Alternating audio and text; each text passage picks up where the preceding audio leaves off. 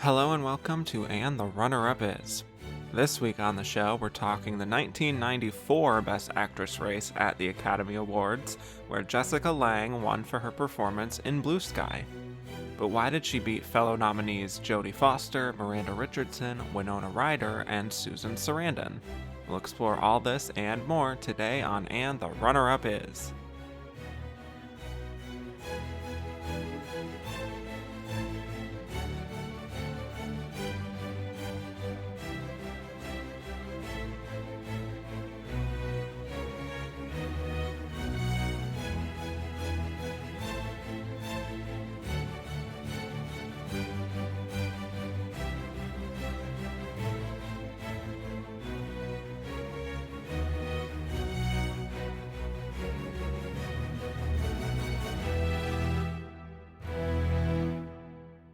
Hello, and welcome back to And the Runner-Up Is. I'm your host, Kevin Jacobson, here to talk about the 67th year of Best Actress at the Oscars, which covered the films of 1994. We'll be discussing how Jessica Lange won, why the losers lost, and who we think was the runner-up of this Best Actress race. And my guest today is someone that I always love having on the show. You last heard her breaking down the second ever Best Actress lineup with me, where we talked about people like Mary Pickford and Coquette, and now she's back here covering people like Winona Ryder and Jodie Foster. So quite an evolution. Writer for Awards Watch, FF2 Media, and Culture Cabinet. Welcome back, Nicole Ackman. Thank you so much for having me back. This is truly such an honor. So excited to be here. Thank you. Yes. And no matter what the quality of the lineup is, Yeah. again, love talking to you. So, Yeah. well, before we talk about this year at the Oscars, let's talk about Best Actress as a category. So last time I asked you to give me your favorite Best Actress win of all time, and you actually gave me two. You said Audrey Hepburn for Roman Holiday and Katharine Hepburn in The Lion in Winter. So my alternate question for you is, what would you say is just your favorite Best Actress lineup of all time? Definitely not going to say 1994. Okay. We'll rule that one out. I'm going to go ahead and probably not the put second that on the table. Probably not the second one either. Nope. I'm like scrolling through. I'm like, not that one either. 1940 is in the running. I love Joan Fontaine and Rebecca, and I also love Katharine Hepburn getting like nominated for the Philadelphia Story. Hell yeah. I feel like I've said this before, but Best Actress, I think, used to be a category with more diversity in performance, which I feel like you could say that about the Oscars in general, that they used to not be as like keyed into one type of movie. But I miss the days where a good rom-com was like Oscar material. We used to be a proper country, you know? No, literally. Like, as I'm saying, I'm like, oh God. And now we live in a society. Yeah. Ooh. There's some good, I feel like I keep being like, oh, this one. And I'm like, no, there's something in it that I'm like, can't. There's always, sometimes there is that clunker in there that's always, just like, Yeah, exactly. Yeah. Anything more recent? I'm like, okay, let's go to the more recent years, because I feel like in the before years, I was gonna say that's the before times. Yes. Before times. Well, because you know what? I really like this lineup, even though there are things missing from it that I wish were in it. And it's also like it's a very white lineup. And obviously, that's not what I love to see. But the 2015, like the 88th Oscars, when Brie Larson won for Room. Great year.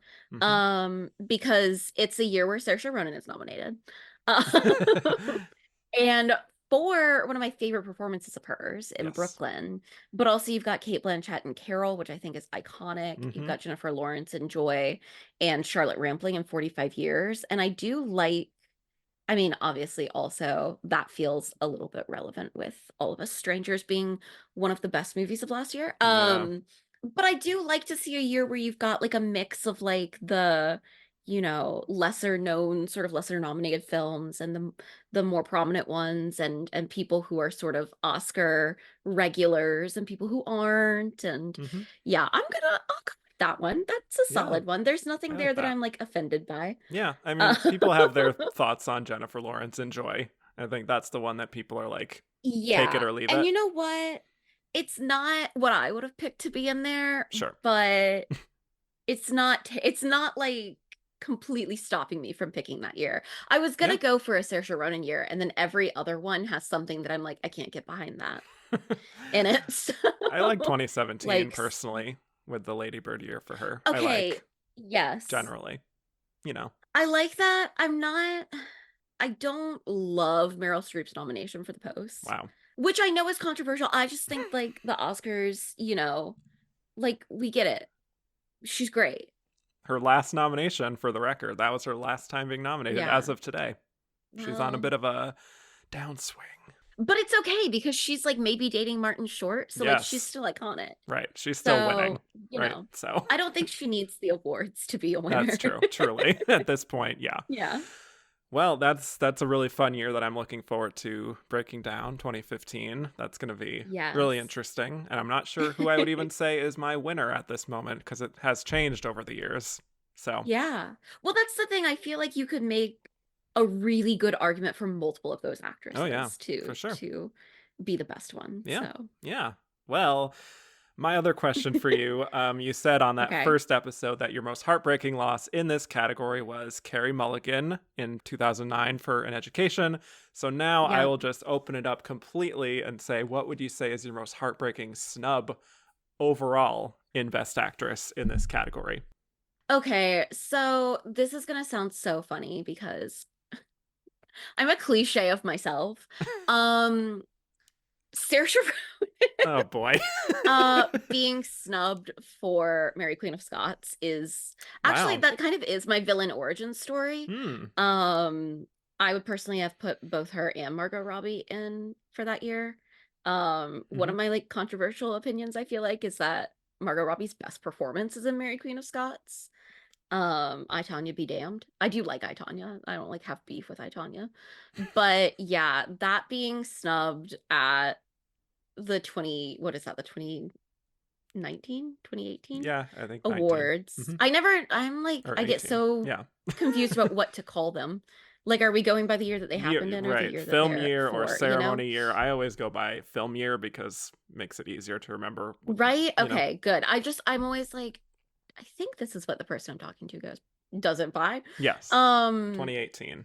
That was that year. yeah, so 2018, that is a year that I have mixed feelings on Yeah. in a lot of ways. A lot of things that happened that year that I wasn't on board with, but Saoirse Ronan being snubbed for that makes me so sad. I also just think that Saoirse Ronan should maybe this is so hypocritical of me. I'm just like, we get it, Meryl Streep has awards, and then I'm like, when Saoirse Well. Ronan breathes, we should give her an award. Like, but Yeah, and yeah, now she's getting buzz for the Outrun, which was at I'm Sundance. so So, excited. yeah, Yeah. very interested to see where that goes for her. But interesting. I don't know a lot Same. of people who have said Saoirse Ronan for Mary Queen of Scots is an example It's of a probably snub. only me, actually. Like, I don't even know if we can really call it a snub, but I feel like with Saoirse, anytime she has a big performance, there's like a little bit of conversation. Yeah. But I am that movie's number one fan, and I feel fairly secure in saying that, actually. I love that. It's Um, very unique. yeah. Yeah.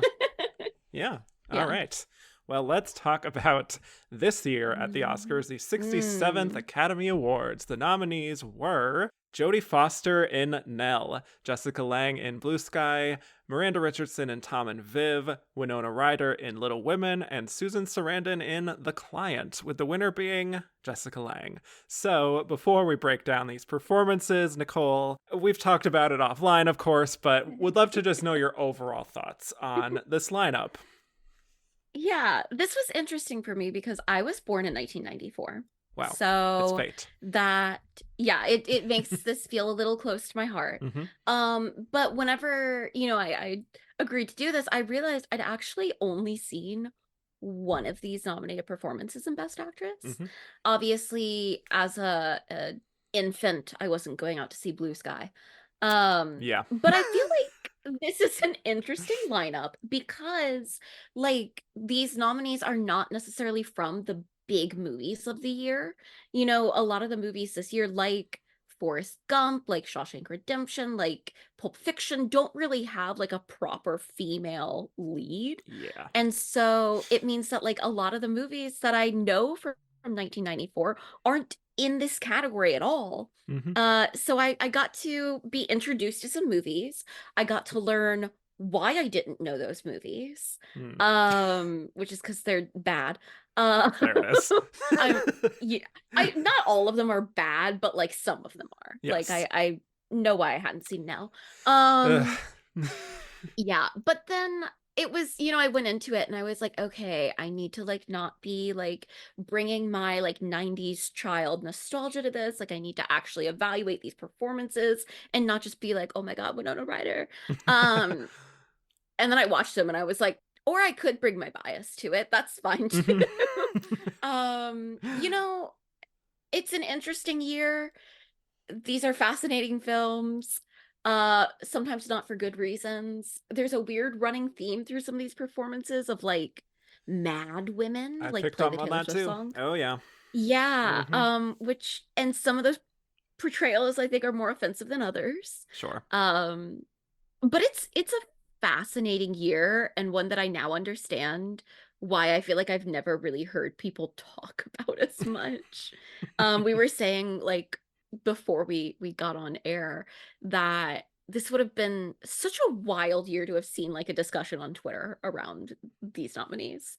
Truly. Honestly, like probably for the best that it didn't exist then, but yeah, what was your experience of revisiting So these? I have actually only had seen 2 of them. So I was in a somewhat Okay. similar boat. I had seen That makes me feel better. Yeah, I had seen Little Women and I'd actually seen Blue Sky because I just had made an effort at one point in my life to just watch all the Best Yep. Actress winners. It had been a while since I'd seen Blue Sky, so that was an interesting Yeah. revisit. But this, as I was kind of telling you before, this is a real how did we end up here type of lineup. And it was going so well. Like 1993 was a fantastic year. We had Piano, Remains of the Day, Angela Bassett and What's Love Got to Do with It. Like so many great winners too from the 90s so far. And then we get to 94, which I think is it's a pretty good year in films, but the Best Actress lineup would make you think like, was there like a strike this year? Was there some kind of like global was event there a pandemic? Right. Like, yeah. How did we get here? Because this is unfortunately a very vanilla lineup, and I don't know why it had to be this way. Like there were options, there were exciting choices where I don't want the Academy to put me in the position of defending the Golden Globes, but like the Golden Globes nominated some great people, and somehow this is where we landed at the Oscars. We have a John Grisham adaptation where Susan Sarandon is like just barely the lead of her own movie. We have Jodie Foster, Jessica Lange both taking big swings and delivering very, very showy performances. For better and for worse, we'll discuss. We have Winona Ryder, Miranda Richardson getting their only Best Actress nominations in their careers in period pieces. Miranda Richardson is also taking a pretty big swing with her performance. And with Little Women, we'll talk about it. I certainly do prefer it to pretty much all the other movies here combined, but it's also, such a strong ensemble. I think that movie is that sometimes she's not always the person I'm the most interested in that film. So it's kind of a weird year. And it's a year where to me, there isn't really a single performance here that's really lasted in the culture that gets talked about very much anymore. So, but I will say for as much as I love talking about iconic Best Actress years, it's definitely years like this that I do actually find the most interesting to talk about. And I found that people really have, again, such wildly different opinions on most, if not all of these performances. And I know that you'll bring your honest opinions, which is why I knew you'd be good for this year. So shall we jump right into it? Let's go. All right. Well, guess what? We are starting with the biggest swing of all in this category, which is Jodie Foster in Nell. So, Yep. Jodie Foster is now entering a very interesting period. She's now a two-time Oscar winner, and she's fully a Mhm. movie star at this point. She is taking on these co-starring roles in movies like Summersby and Maverick. But in the meantime, she's also behind the camera and getting into directing and producing. In 1991, she also directed Little Man Tate. She founded a production company in 92 called Egg Pictures.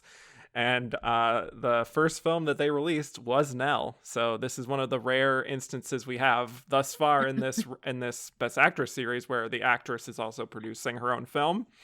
So Mhm. Nell is loosely based on a play called Idioglacia, and it takes place in North Carolina. Jodie Yep. plays Nell, a young woman who is raised in a secluded cabin in the woods by her mother, who's just died after having a stroke. So the town doctor, Jerry, played by Liam Neeson, comes to the cabin and meets Nell, who speaks in her own made up language and has no familiarity with the outside world. So some doctors want to institutionalize her, but Jerry thinks it's best to just keep her in the cabin and kind of study her. So he and one of the other doctors, Paula, played by Natasha Richardson, go and basically spy on Nell and try to learn her language and learn her behavior so they can communicate with her. And she is gradually opening up to them in her own kind of way. So this is a very big swing and a performance that I feel like, again, no matter what, when you watch this movie, you are going to have a strong opinion on her performance one way or the other. So, Nicole, thoughts on Yeah. just first of all, Jodie Foster overall as an actress? She's now having a big moment again. She's got nominated for Naiad, which is, Nell is her most recent nomination before Naiad, which is Yep. 29 years later. So, thoughts on her and this big performance in Nell? She loves those one word starting with an N movie That's true. names. Yeah. Jodie Foster is one of those actresses that I've never been particularly a fan of. Not in terms of like I dislike her as an actress, but I feel like she's one of those actresses that I typically feel sort of like take it or leave it with her performances. Okay. And Nell certainly didn't do anything to make me a fan.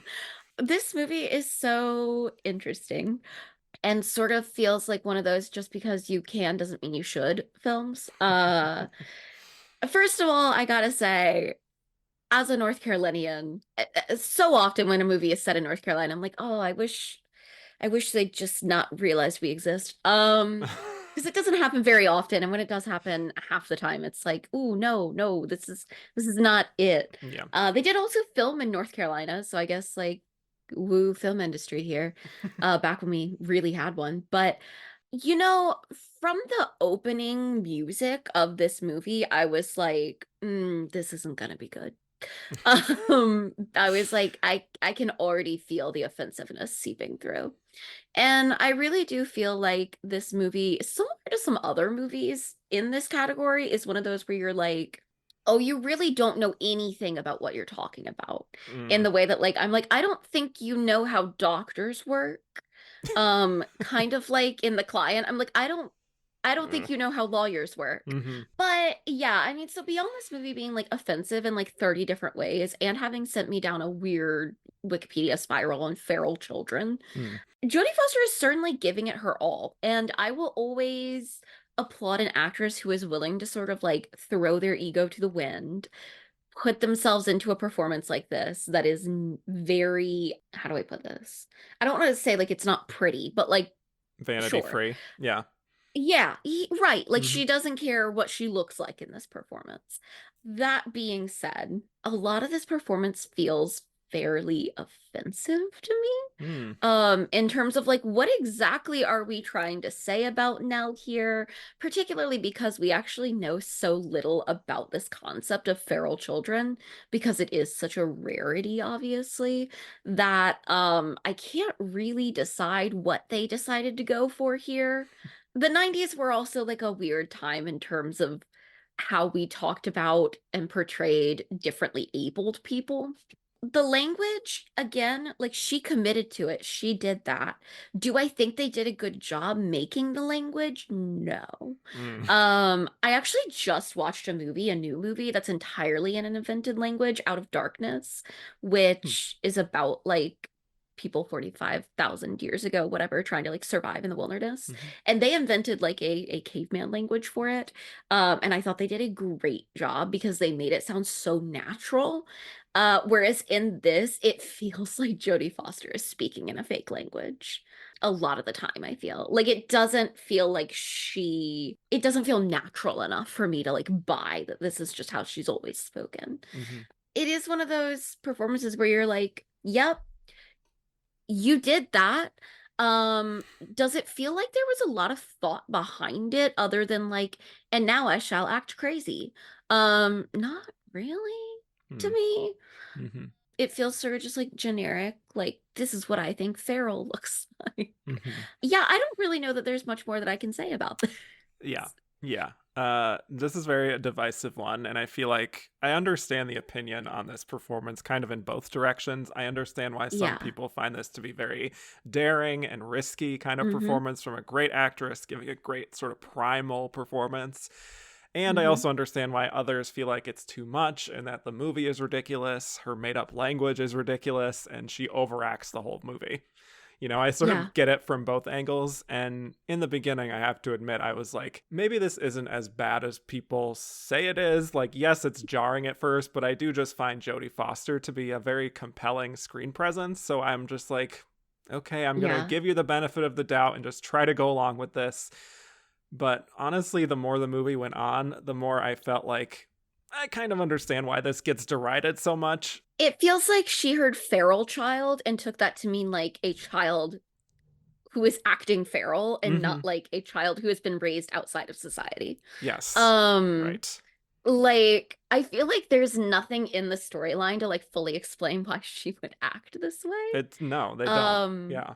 and I also feel like she doesn't really have that much of an arc over No. the course of it. It's Like we don't really get any like growth no. necessarily or like to see her really grapple with things. I also think like I don't know, her chemistry with Liam Neeson just made me uncomfortable the whole time. Yeah. I was like I'd like to leave, please.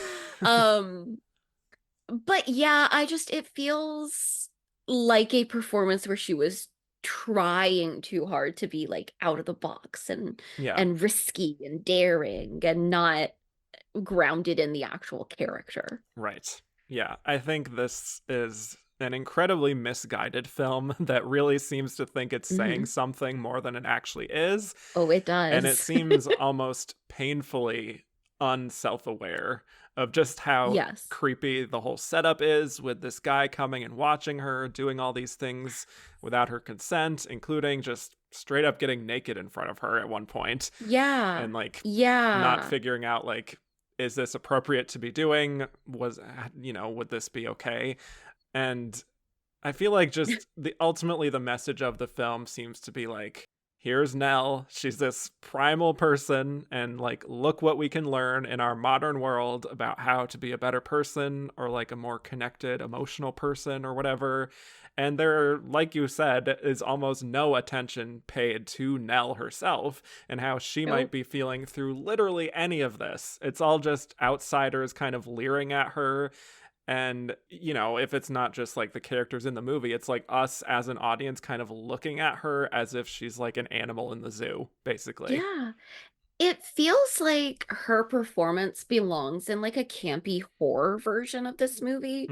And like there was so much in her performance that I honestly kept being like, is this gonna go in like a horror direction? Yeah, Like, that's is she gonna fair. get like possessed by her dead twin or something? Oh, Like that God. could be fun. Yeah. Which that goes Which nowhere, would by have the way. been Anything to do yeah, with that. which like that would have been like equally offensive, but at least interesting. Yeah. Um, it felt like the message that they were like maybe attempting and the performance were like not totally on the same Yeah. page. Like you said, I think misguided is a Hmm. really good word for like both the film and the Sure. performance. Yes. Yeah. It's kind of unsettling. And again, rarely is any of that commented on within the context of the film.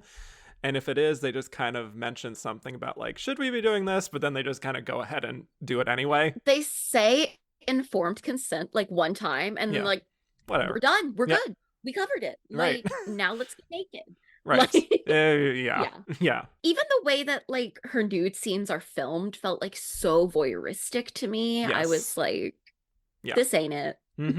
Yeah. And I think because of how the movie is structured, all Mhm. that's really left with her performance, which is very committed, and I will commend her for completely Yep. trying to immerse herself as much as possible in this character.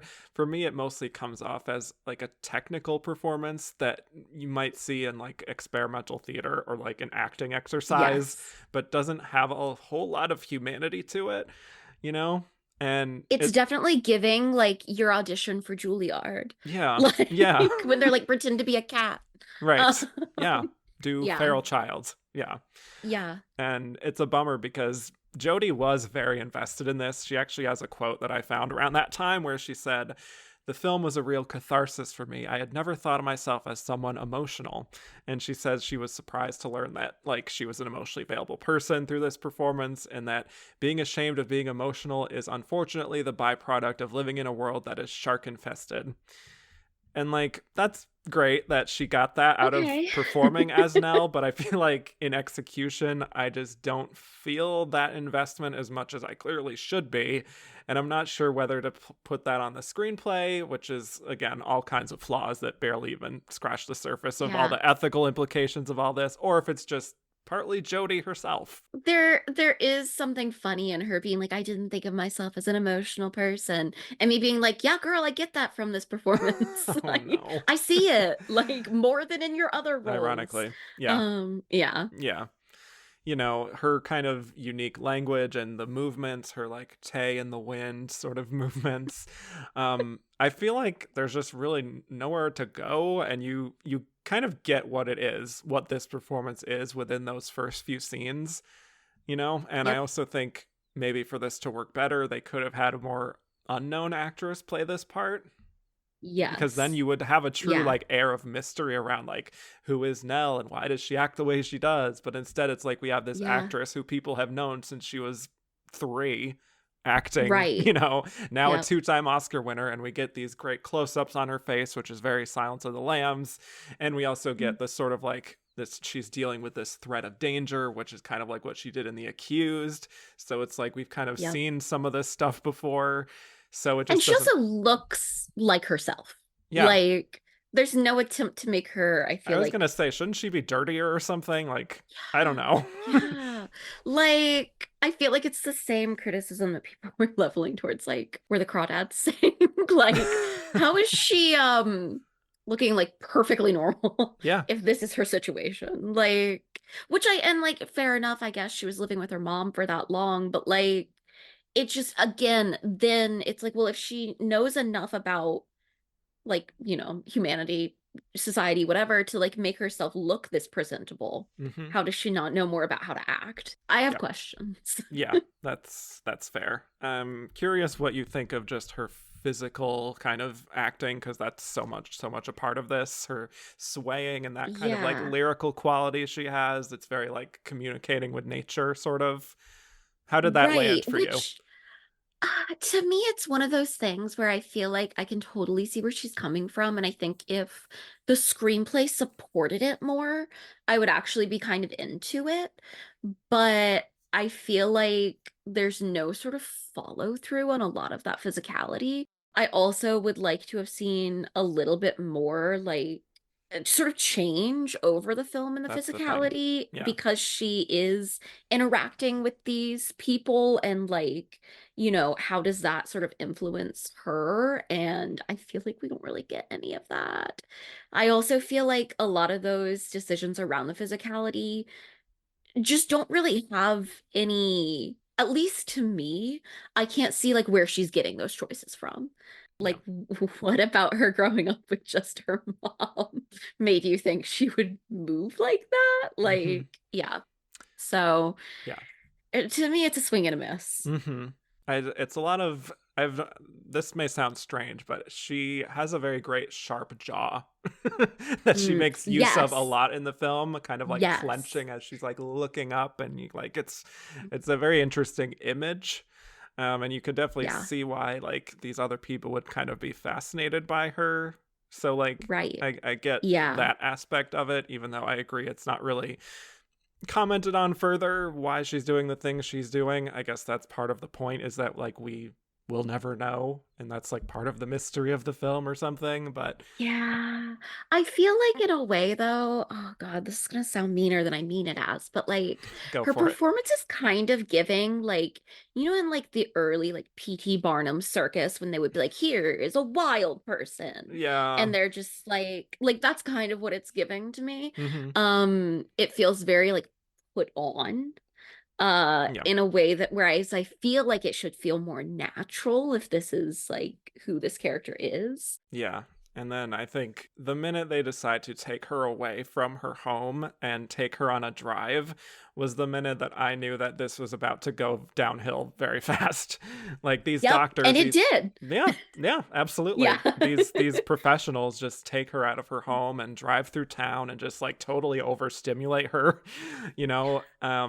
There's Yeah. like all these other cars and there's all this activity, and they take her to a grocery store, and it's like, oh my gosh, it's a grocery store, and it's this whole thing, Right. and she's wandering off to this pool hall, and I'm like, well, here we go. Because Yep. Again, I'm like, what kind of doctors are you? yeah, neither of Like, them are yeah. even like checking to make sure she's okay and everything. Yeah. So then of course she's meeting these like, dirt bags who convince her to like pull up her dress and everything. The way she's kind of laughing through that scene definitely creates this very Yeah. disturbing sort of dissonance, which I did find very affecting. Like I did have a reaction to that. I just don't know if that's like Yeah. a good or bad. You know what I mean? Right, same. Yeah. Yeah.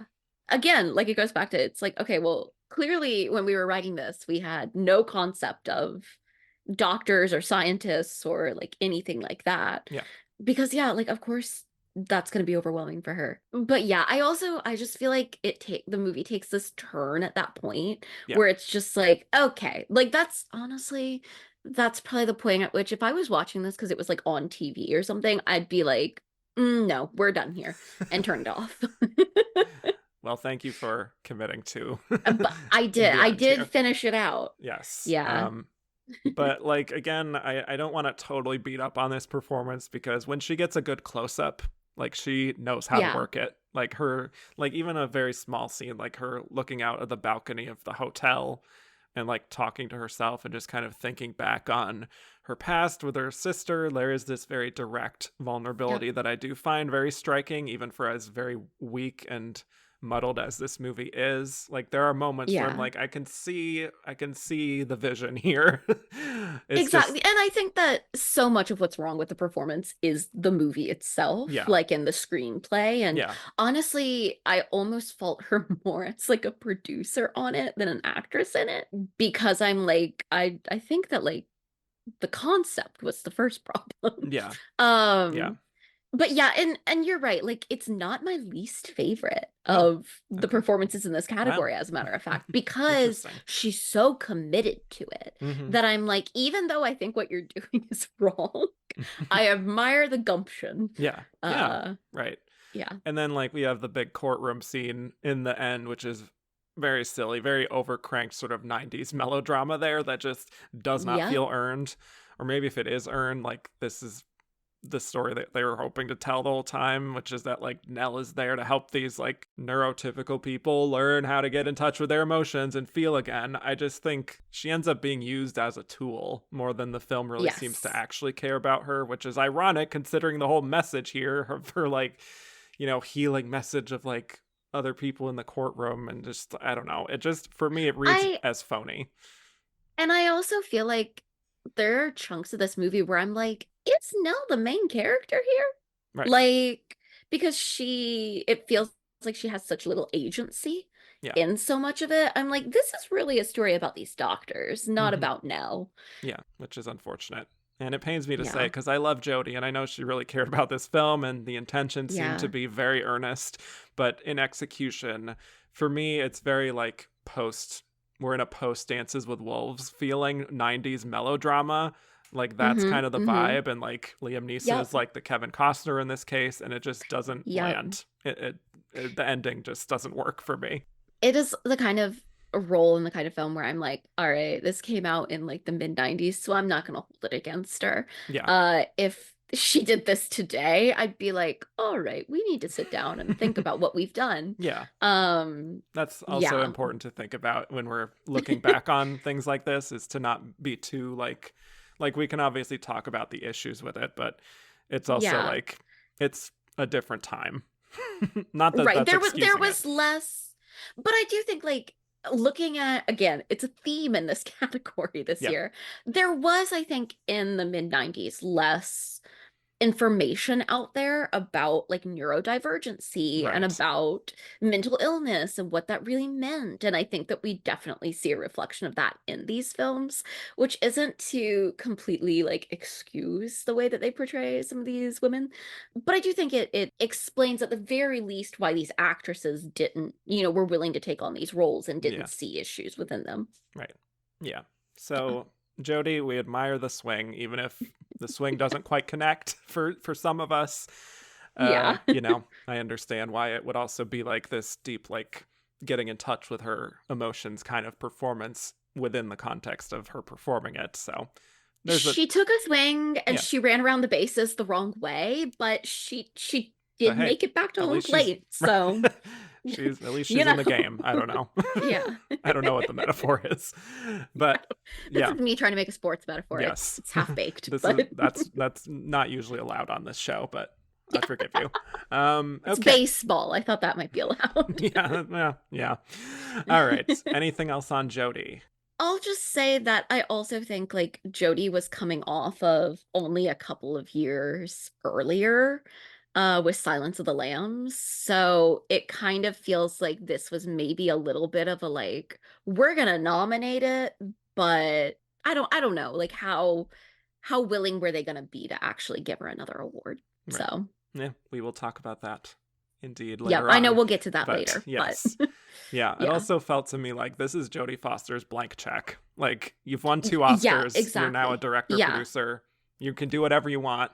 And she's like, I'm going to choose Yeah. this weird thing where I get to be like a feral child kind of character. And people are like, okay, we'll see if They're it like, works. okay. Yeah. Yeah. Yeah.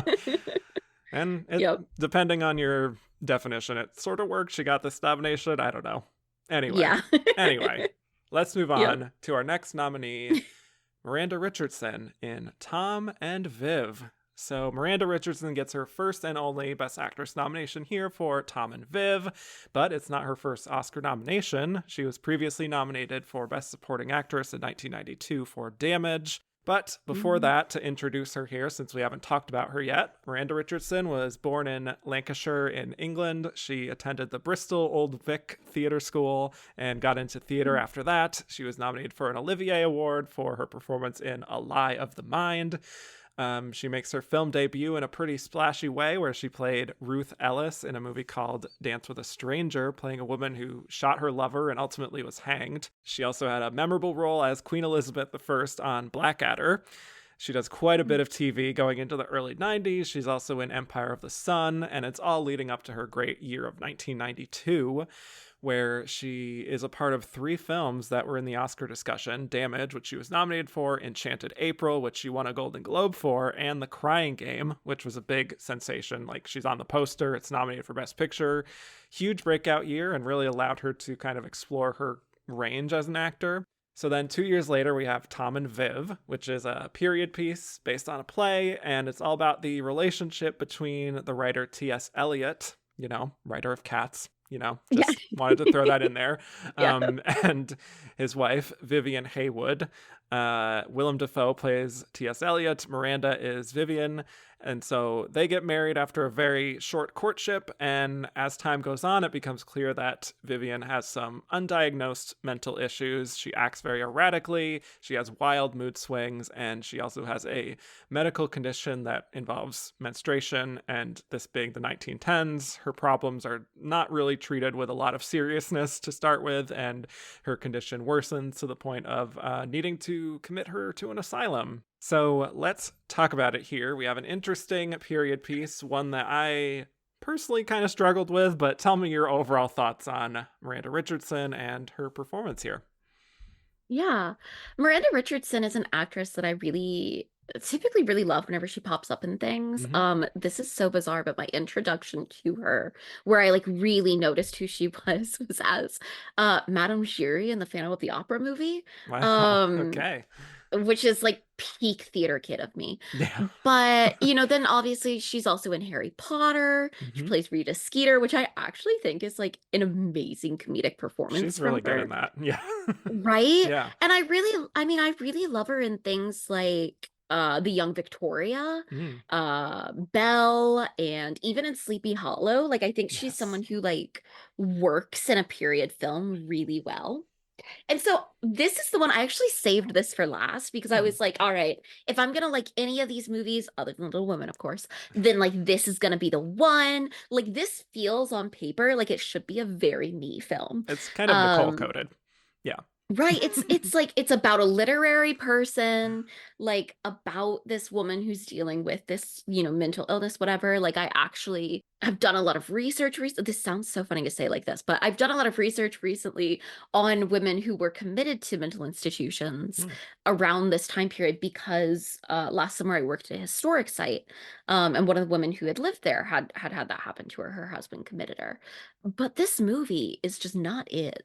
Uh, First of all, this is the first time I've ever been bored by a Willem Dafoe performance. Yeah. I was going to mention I that was too. like, what happened here? Like, he is Hmm. so damn boring in it, which is not what I want to see from a man playing T.S. Eliot. Yeah.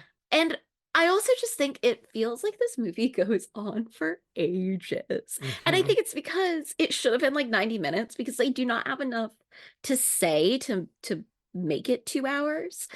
I would really like to see a new film made about Vivian Haywood because her life is really fascinating and I don't, and not even as a like, oh, historical accuracy thing, but I don't love the way that they portrayed everything in this. In real life, from what I was reading, the brother's actually like more of a sinister character than they portray him as. Yeah. And like the one who really puts her into the asylum. And I don't know that they really go well enough into the fact that like what is happening is she is dealing with, a scientific, that sounds funny, but a disorder that they just don't know how to identify and treat. I think that of the three mad performances in this category, hers is the least offensive to me because it feels the most sort of baked in some sense of it feels like there's thought behind what the character is going through and a lot of places where you can sort of see where she's coming from with the choices that she's making and a lot of times where you can sort of see how it's brought on by the people around her and how they're dealing with her. It doesn't feel like she was just out here trying to get an Oscar nomination, which, I mean, who knows, maybe she was, but it doesn't have that feel to it at the very Yeah. least. That being said, I don't think that we sort of get enough interiority from the performance to really understand what's going on here. And I think that's partially because like the movie is called Tom and Viv. We spend, it feels like a lot of time with Tom, or maybe I just feel that way because Willem Dafoe is like giving us nothing, King.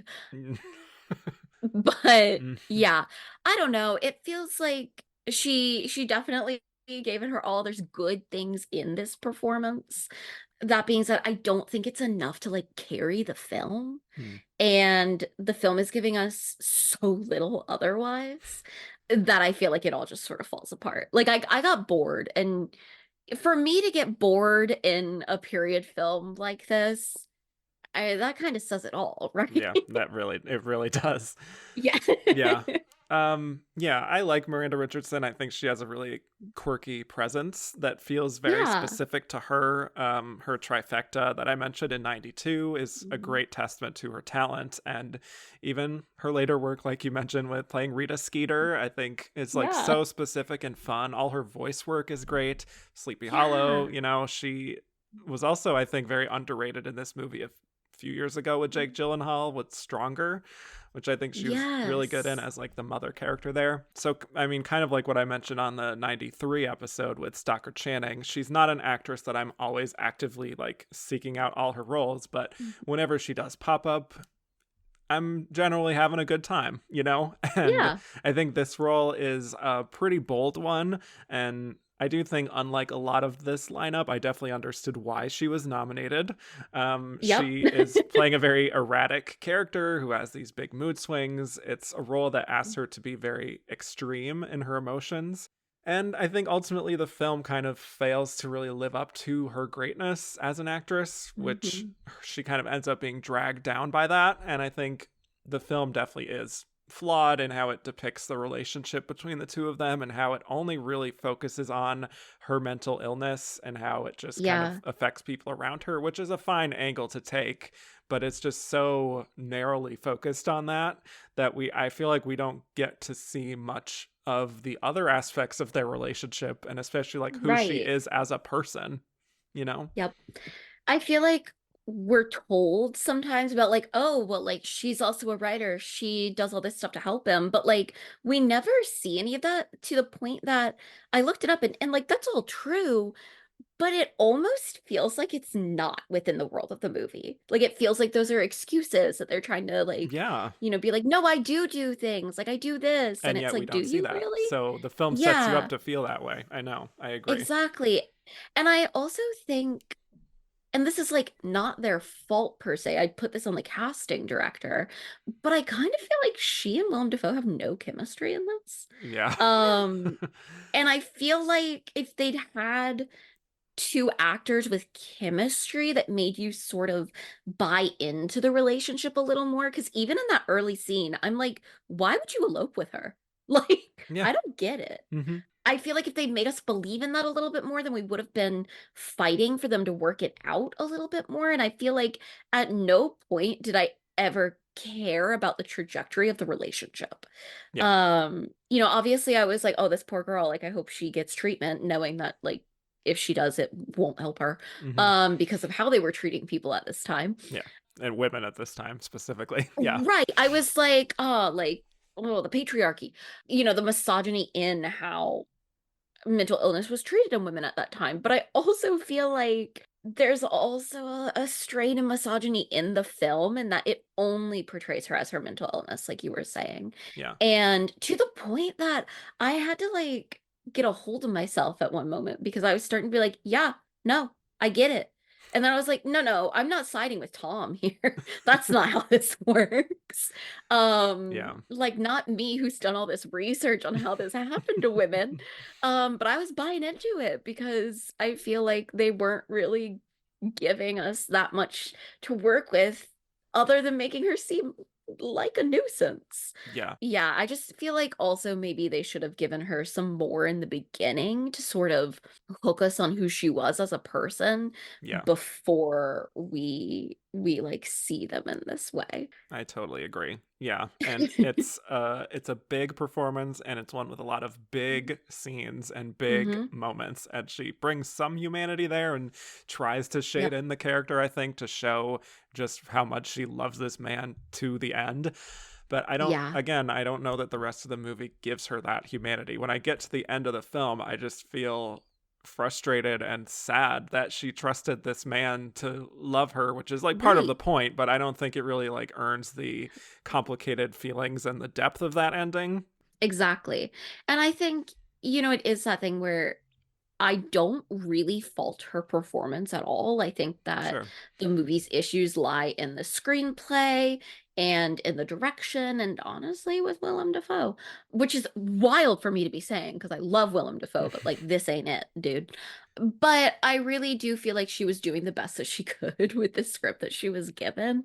And it just really failed the character and failed her as an actress. And like I said, like I would love to see this story told again in a better way because Hmm. I think that there is a lot here that's like really interesting, but a lot of it I think does come back to that, like, we have no reason to care about this relationship or to see like what she sees in him at all. Yeah. Like, I think that with a different actor in the role that she had more chemistry with or something, it could have been better. Yeah. But yeah, not, I'm like Miranda Richardson innocent. Uh, I mean, kind of. everything Yeah. else in this movie, not. Yeah. Yeah. I Yeah. mean, one interesting thread that I found compelling is how, they get married very quickly, and we get this sort of reveal of Yeah. why she was so reluctant to have sex with him before the marriage, Hmm. because they do sleep together after they get married, after which she's Yeah. like getting on her hands and knees and like asking if she disgusts him, which is very like Yeah. over the top, but it does track with the character, and we get the reveal of there Yep. being a lot of blood in the bed from her, and she Yeah. has such a level of like shame on her face, like she's kind of almost guilty over her own bodily functions in a way, and Yeah. I think that kind of like depth of sadness is well portrayed. And like, I did some research on it, and like, she was obsessed with cleanliness. It's true, like, she was always washing her sheets, Hmm. but also she'd had an engagement before, and her parents had broken it off because, and the direct quote in like the letter they were pulling from or something was like, they thought it best she not procreate. Mm, And I wish they'd given us a little bit more of the fact that that is the environment she's coming from yeah. to explain why she reacts this way to him, Hmm. because I feel like without that sort of, you know, background, it doesn't really make as much sense why she's having these like extreme reactions Yeah. like in that circumstance. Yeah, that's Yeah. very true. Yeah, Yeah. and they have a bit of like a makeup moment after he comes, because he's like stormed off after all this, and I think that quiet moment is really well done, Hmm. saying like, we have to get used to each other. Like she calls him Darling Tom, because like so much of the film she's so stormy and like erratic, and it's Yeah. these moments where of like calm that really do stand out for me, and she taps into Hmm. an emotional intimacy that I did take note of, even while not really feeling a lot of chemistry between them. You can definitely feel that, just like almost Yeah. like a desperation for things to be okay. Yeah. And like, she really is seeking to connect. And I think she brings that across as well as she can within the screenplay. But it feels like if they'd leaned more into that, Hmm. then it could have been a better movie. Yeah. Another thing I wanted Yeah. to make note of is her relationship with her mother, played by the great Rosemary Harris, who I think is Yes. another highlight of the film, personally, just the kind of I gravitas she agree. brings. There is this very obviously chaotic presence that Miranda has that's very known to Yeah. her mother, where she can go from feeling like the shame of talking about her illness to then her like cheering up and being like, "Don't worry, Yeah. mother, I've got Tom now." Which is like a hard transition to ask an actress to do Yeah. without it feeling like an acting exercise. It can Right. feel that way at times, but I just like the kind of dynamic of her and her mother being like, I've known you obviously for your whole life, Yeah. and I know how to calm you down and should try to like Hmm. settle things. Like, I do think those Yeah. scenes are the most compelling to me, more so than, Tom and Viv, honestly. Absolutely. I feel like that's where more like the heart of the movie lies, Hmm. honestly. And I think that is maybe that they do kind of have better chemistry as actors than Yeah. she does with Willem Yeah. Dafoe. And I found those to be really touching, actually, and like Hmm. really, I felt like hit home more on the really the whole concept of the film, which is the way in which like nobody knew how to deal with her mental illness. Hmm. And you see her mom like genuinely trying, it seems, but obviously like without the tools or the knowledge of what to do. And I do agree, like Rosemary Harris is another highlight of the film. And I even think like her scenes with Willem Dafoe are more effective, Hmm. let's say, than most of Willem Dafoe's and Miranda Richardson's scenes. But yeah, I feel like there's so much in this film that is like nuggets of like good that it almost makes it more frustrating when it Yeah. doesn't sort of come together. You see the potential. Yeah, totally. Yeah. Also, side note, do you think when they were filming this that Willem Dafoe and Rosemary Harris knew that in 8 years they would be supporting characters in Spider-Man? Okay, I was thinking about that watching it. I was like, this is so weird to Yeah. see. Like, Just yeah, like I should have worn my Spider-Man shirt today. truly like direct opposite kinds of films. Tom and Viv and Spider-Man. Okay, but listen, how did this man give us nothing in this movie and then gave us that in That's true. Spider-Man? Like, Yeah. let me know, Willem. But you know who gave us something both times? Rosemary Harris. I'll Rosemary just Harris. leave it at that. And that's on that. Yep. Right? Yeah. Yeah. So, as this film goes on, like, I feel like another part of this that frustrates me is that it feels like so repetitive ultimately, because it's Yes. like most of the setups of the scene is like Viv is acting erratic and everyone around her is kind of embarrassed. And it's just kind of like rinse, recycle, repeat kind of thing and for like 90 minutes. And Virginia Woolf just keeps putting her nose in her business. Apparently, like, yes. Yeah. Which another one, Miranda Richardson, I believe, is in The Hours with Nicole She is in Kidman The as Hours, Virginia yeah. Woolf. Cinematic universe. A much better film about Yeah, that's true. couples dealing with mental illness. Yes. No, I totally agree. I was like, how many times do I have to hear that you're upset that Virginia Woolf said that you're crazy? I'm like, I'm starting to see where she's coming from. Which you don't want to be put in that watching... position of feeling that way. I'm like, I should never watch a movie about a woman dealing with mental illness and be like, yeah, lock her up. Oh, God. But I was like, if that gets me out of watching the same scene over and over, at least we'll be in a new setting. Yeah. I mean, I'm exaggerating, but it is that thing of it felt like I was watching the same scene over and over. And I'm like, okay, we've been here for a while now. It felt longer than it was. Yeah. And I feel like there's moments where she's almost like playing it for comedy. And yeah, I don't necessarily think that's like a bad reading of it. It's just that I needed to have established that like she's funny before I have established like everything about her is that she is mentally ill. Because I feel like we don't like there are times where it's like, oh yeah, like she's doing a bit as this character, but we don't feel like we have permission to think it's funny because the only thing that we know about this woman is her mental illness. Yeah. And I feel like the Will reading scene is one of those where it's like, is this supposed to be like her having this like manic outburst, or is this genuinely a reaction against the way that her family has treated her? Yeah. And yeah, I feel like so much of where her performance feels wrong is maybe because of the screenplay and not, I think that like she's making choices. I don't think they always work, but I see where she's but I will say, as opposed to two other performances in this category, I always see where she's coming from with those choices. I did also want to make note of one scene where she is basically locked out of the house at one point, and she makes this big pot of chocolate. And after that happens that like this shit's gonna get messy because again, he's locked her out of the house and she's trying to get back in, and she pours liquid chocolate into the mail slot. Like letterbox. Yeah. Right, yes. I was like, wow, I love Wonka. There's chocolate. And there's chocolate. No, like truly. What if Tom and Viv was a musical? Challenge. I would probably like it more. At least then we would certainly get a better insight into her interiority. Yeah. No, that's true, actually. Yeah, right. I'm like, let's do it. I'm like, wait, actually, maybe we should consider this. It's like next to normal, but it's Tom and Viv. Oh, there you go. Yeah. Again, I feel like what frustrated me with this film so much was the fact that I felt like there was so much potential. And I felt like she was giving like a good performance. Like I see why she's nominated, but the film just so doesn't work. Yeah. Right. Yeah. Yeah. And I think, honestly, I don't know how you feel about this, but her final few scenes, like the third act, I think are her best.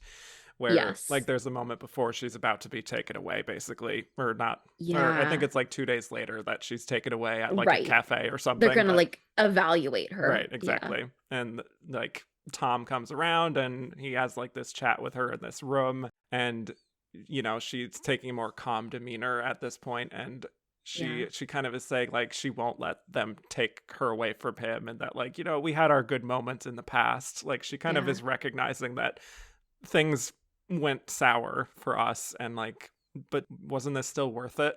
She doesn't Yeah. want this all to be And for I nothing. actually think like the scene where they come and take her away, and he's like, "You wouldn't want to cause a public scene," and she's like, "Why not?"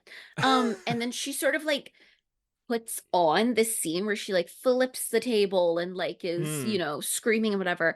I think that's like the most interesting thing. Like I wish that they Right. had played with that more throughout the film of like how much of this is like her genuinely having like manic episodes or something, and how much of it is her leaning into what people think of her. Right. And, being like, it feels weird to say like getting attention that way, but like how much of it is her trying to make a connection, and this is the only way she knows how to get Yeah. people No, that's to true. pay attention to her. Hmm. And I think like that is so interesting. And again, I so much of the third act of this, I was like, well, where was this movie the previous, I know. hour? I know. I know. Yeah.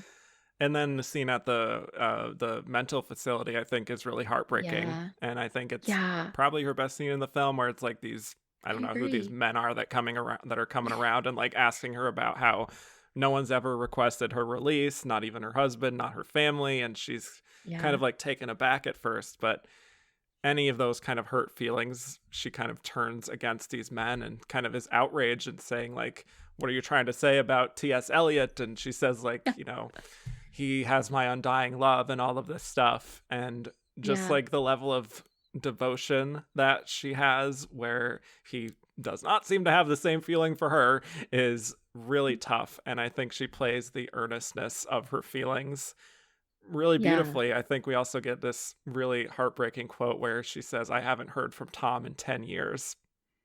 Oh, Yeah. hurt me. Yeah. And again, I feel like if they'd done a better job in the beginning Mm-hmm. setting up their relationship to see like why would she still be clinging to this 10 years later, Yeah. then I feel like the whole thing would make more sense. Yeah. And I feel like that bit of her performance is so good, and I just wish that there was like support for that in the film. Yeah.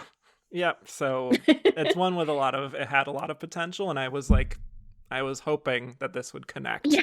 Yeah, And again, same. I think the third act was, the part where I was like, yeah, this is finally, we're getting somewhere here. And then, Right. yeah, it just Yeah. ends on a very upsetting note ultimately, but one that is Right. rooted in truth. But still, it's just Yeah. like, I wish this was kind of like how I was feeling the whole movie. But Miranda Yeah. Richardson, as you may have said, Miranda Richardson, innocent for the most part. Yeah. Yeah. She did her best. Yeah. So, shall we move on to our next nominee? Yeah. Okay. Winona Ryder in Little Oh, Women. Finally, some thank good goodness. food. Okay. Yeah. Okay. Finally. Yes. So, Winona Ryder is another actress here who gets her one and only nomination in Best Actress following a supporting nomination. She was nominated the previous year for The Age of Innocence, which I think is a great nomination, great performance. I Um, agree. Yeah, so Winona Ryder was born in Minnesota, and she and her family moved to California when she was young, and she was apparently picked on a lot as a child, which I do think could have maybe informed that sort of like misfit persona that she would take on in her Yeah. career. Her first film was Lucas in 1986, after Mhm. which point Tim Burton took a liking to her and cast her in Beetlejuice. So that was really her breakthrough, which was then kind of compounded the next year with her starring role in Heathers, which is one of my favorites. And then the next Same. year was Edward Scissorhands, another one of my favorites. She was also in Mermaids the same year, 1990, another great performance, starring alongside Cher. She got her first Golden Globe nomination for that. And then she took a turn towards these period films, first in Bram Stoker's Dracula, and then in The Age of Innocence, which got her that first nomination. She also won a Golden Globe, and I think she was thought of as a bit of a front runner for the Oscar going into that ultimately went to Mhm. Anna Paquin. But yeah, she's really becoming more and more of an it girl through this whole time in the early 90s. And then in 94, she also has Reality Bites, which was well received for her. And then at the end of the year, she has Little Women. As the story goes, Little Women is about the four March sisters, Jo, played by Winona Ryder, Meg, Beth, and Amy, who live in Massachusetts in the 1800s with their mother, Marmee, played by another nominee here, Susan Sarandon, having a year. While their father is away fighting in the Civil War, and it's all about the sisters growing up. And it's mostly centering on Jo and her wanting to be independent and kind of like that independent person who has choice and freedom in the world, and she wants to be a writer. She also meets their neighbor Laurie, played by Christian Bale, who she forms a bond with the possibility of them becoming more than friends, but she ultimately sees him as more of a brother. And it's kind of just tracking Jo growing up and dealing with all the trials and tribulations of life, including Beth getting sick and Meg wanting to leave the house to get married and Amy being kind of a menace. And so, yeah. Yeah. Let's talk Winona Ryder. Nicole, thoughts on Winona Ryder overall and this adaptation of Little Women? Because I know you love Little Women. We've actually talked about Yep. the 2019 one way back in the day on this show. But her take on Jo March. I love Winona Ryder. I am a huge Winona Ryder defender. I won't do it here, but if you ever want to like truly hear me go off, like ask me about the way that she was treated by the industry for the whole like shoplifting thing. Oh my God. Yeah. Um, justice for Winona Ryder. I will not rest. But like I love her. I love her in everything from I think she's great in Beetlejuice. Heathers is like one of my favorite movies, and I think she's so good in it. I love her in this. I think like her performance in The Age of Innocence is genuinely one of my favorite supporting actress performances of all time. Mm. And then all the way through to I love seeing her on Stranger Things. Like I think her Yeah. having this comeback largely like through that show has been so great. It's what I've been waiting for.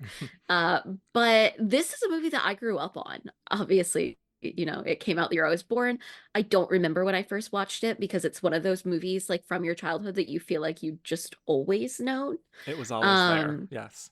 it was. Yeah. And I loved this, you know, growing up, and I love her in it. I think she is such a good fit for Jo March. And I think that, like, the persona that she had sort of crafted at this point with her roles works so well.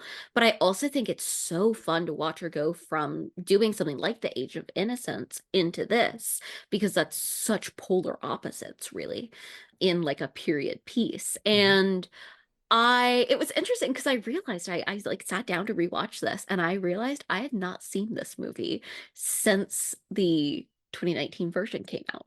Oh, So interesting. I had a wild time, honestly, like watching it and trying to grapple with like how much I used to love it and it feeling inadequate now. Oh, no. None of which is Winona Ryder's fault. Like I really do think like a lot of it comes down to that I do actually think the story works better when it's not told linearly. Mm-hmm. That word did not come out, but you know what I mean. I also was watching this and I was like, oh, because I reread the book since the 2019 movie came out.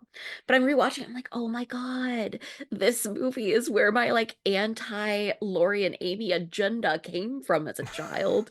Because I was like whenever I watched the Gary Gerwig version, I'm like, why was I so opposed to this? Like Yeah. as a kid, like this seems good. Mm-hmm. It's because there's something very creepy about like watching Christian Bale with Kirsten Dunst, and then like you know, Yeah.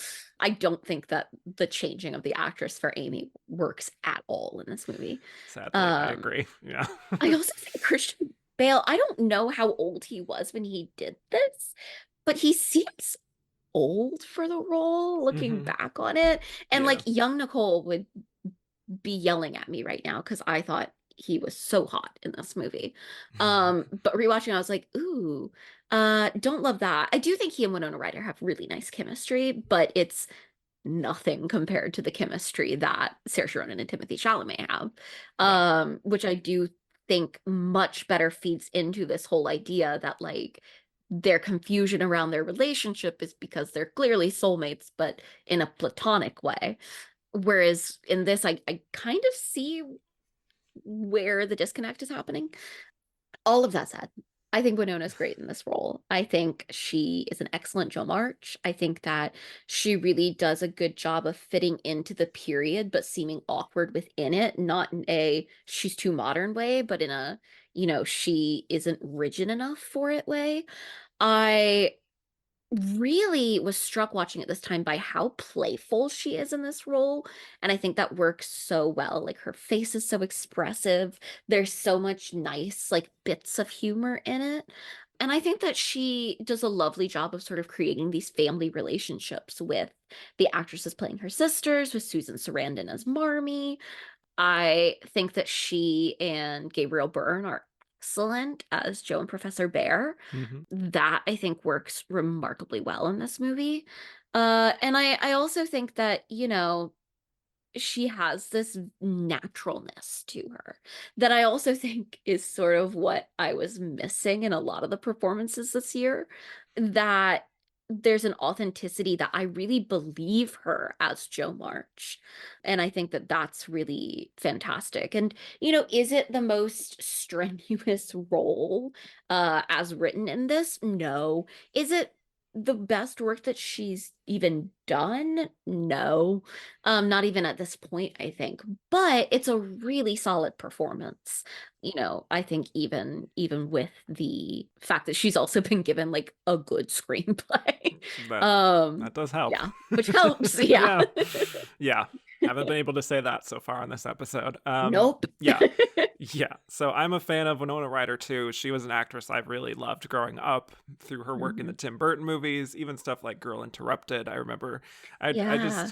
I remember thinking she was just so cool and like Same. this kind of like, and it sounds problematic looking back now, but like this kind of alternative to like the other actresses and celebrities of the time. She was just like, she's more authentic or something. I don't know. It was dumb. I think she feels no, I think there's something to the fact that she feels very cool in a like, and this might sound so dumb because I'm like over the age of 20, but in a non-popular girl kind of way. That's the thing, right? Yeah, like she feels like the cool girl that you actually want to be friends with. Yes, precisely. Yeah. Yeah. And I loved her quirky energy, that kind of like darker aesthetic she had and sort of still has to a certain degree. Yeah. So I've always had a soft spot for her. And I am glad, like you mentioned, that she had this comeback, not only through Stranger Things, but like Black Swan with like very limited screen time, but like that's a very fun role for her. Yes. But I kind of forget looking back just how young she was through this whole period of like success. She already had a baby. All those films that I mentioned in the intro leading up to Little Women, which I looked up. This came out when she was 23. Like it's all really happening for her so fast. And yeah, I think this is a really good performance. I think she makes for a great Jo March. And she has that restless quality of being like fierce and independent, but also like wanting this moment with her sisters to last forever, And I think what I noticed immediately on this rewatch was also just how radiant she is, She is. And there's this warmth, to the film overall. I think that helps, like the lighting and the colors and the score and all that kind of help with that. But she just has this really sincere kind of radiance to her that is not everyone has. Yeah. And you really get the sense of her as like the heart of this family. Right. Because she does have this like almost glow to her. Like she looks great in this movie. In a role that's like not glamorous at all, but it's like hard to take your eyes off of her. To the point that I really, one of my critiques of this movie is that I don't think it does a great job balancing her with the other sisters. I think that like this movie is very much the Jo March show, which I think is how adaptations of Little Women have always sort of worked up until Greta Gerwig's adaptation, who really said like, no, it's called Little Women. Like, I'm gonna give them all an equal share in this. But I do think it's partially just that Winona is so warm and playful and like you said, radiant, that it's hard for her not to become the star of the show here. Exactly. Yeah. She has this great energy that doesn't feel like Mhm. it's going overboard or like she's forcing Right. herself to be like overtly happy. She's just Yep. kind of like bursting with energy and life. But you can Yeah. also sense like she does also have like the soul of a writer, someone who's very sharp and perceptive and like feels things very deeply. Yeah, there's this longing that I feel like sits under the performance Mm, that is so good and so right for Jo March. And I also think she does a really good job, and the script also does a good job of making her, she wants this independence. She sort of is leaning into androgyny almost, hmm. but it doesn't feel too girl boss because I feel like especially in the past like decade period dramas have fallen into this sort of like bad habit of like whenever there's a girl who like wants to be independent and wants rights, it's like she's a girl boss, she wants to be modern, like whatever, and it makes it feel so out of place in the time Hmm. period. And I think that they do a really good job here with keeping it where it doesn't feel out of place, it feels natural, and it feels supported within the film, and I never feel like Jo March girl boss from Right. No, I this. agree. Yeah. Yeah. And I think she gets the sort of enthusiastic leader type Mhm. quality of Joe. And she also gets Yeah. that introspective side of her and kind of blending those two modes that she was maybe even kind of known for at the time, which is like the Yeah. period piece, like Keira Knightley before Keira Knightley thing, if you know what I'm Yeah. saying.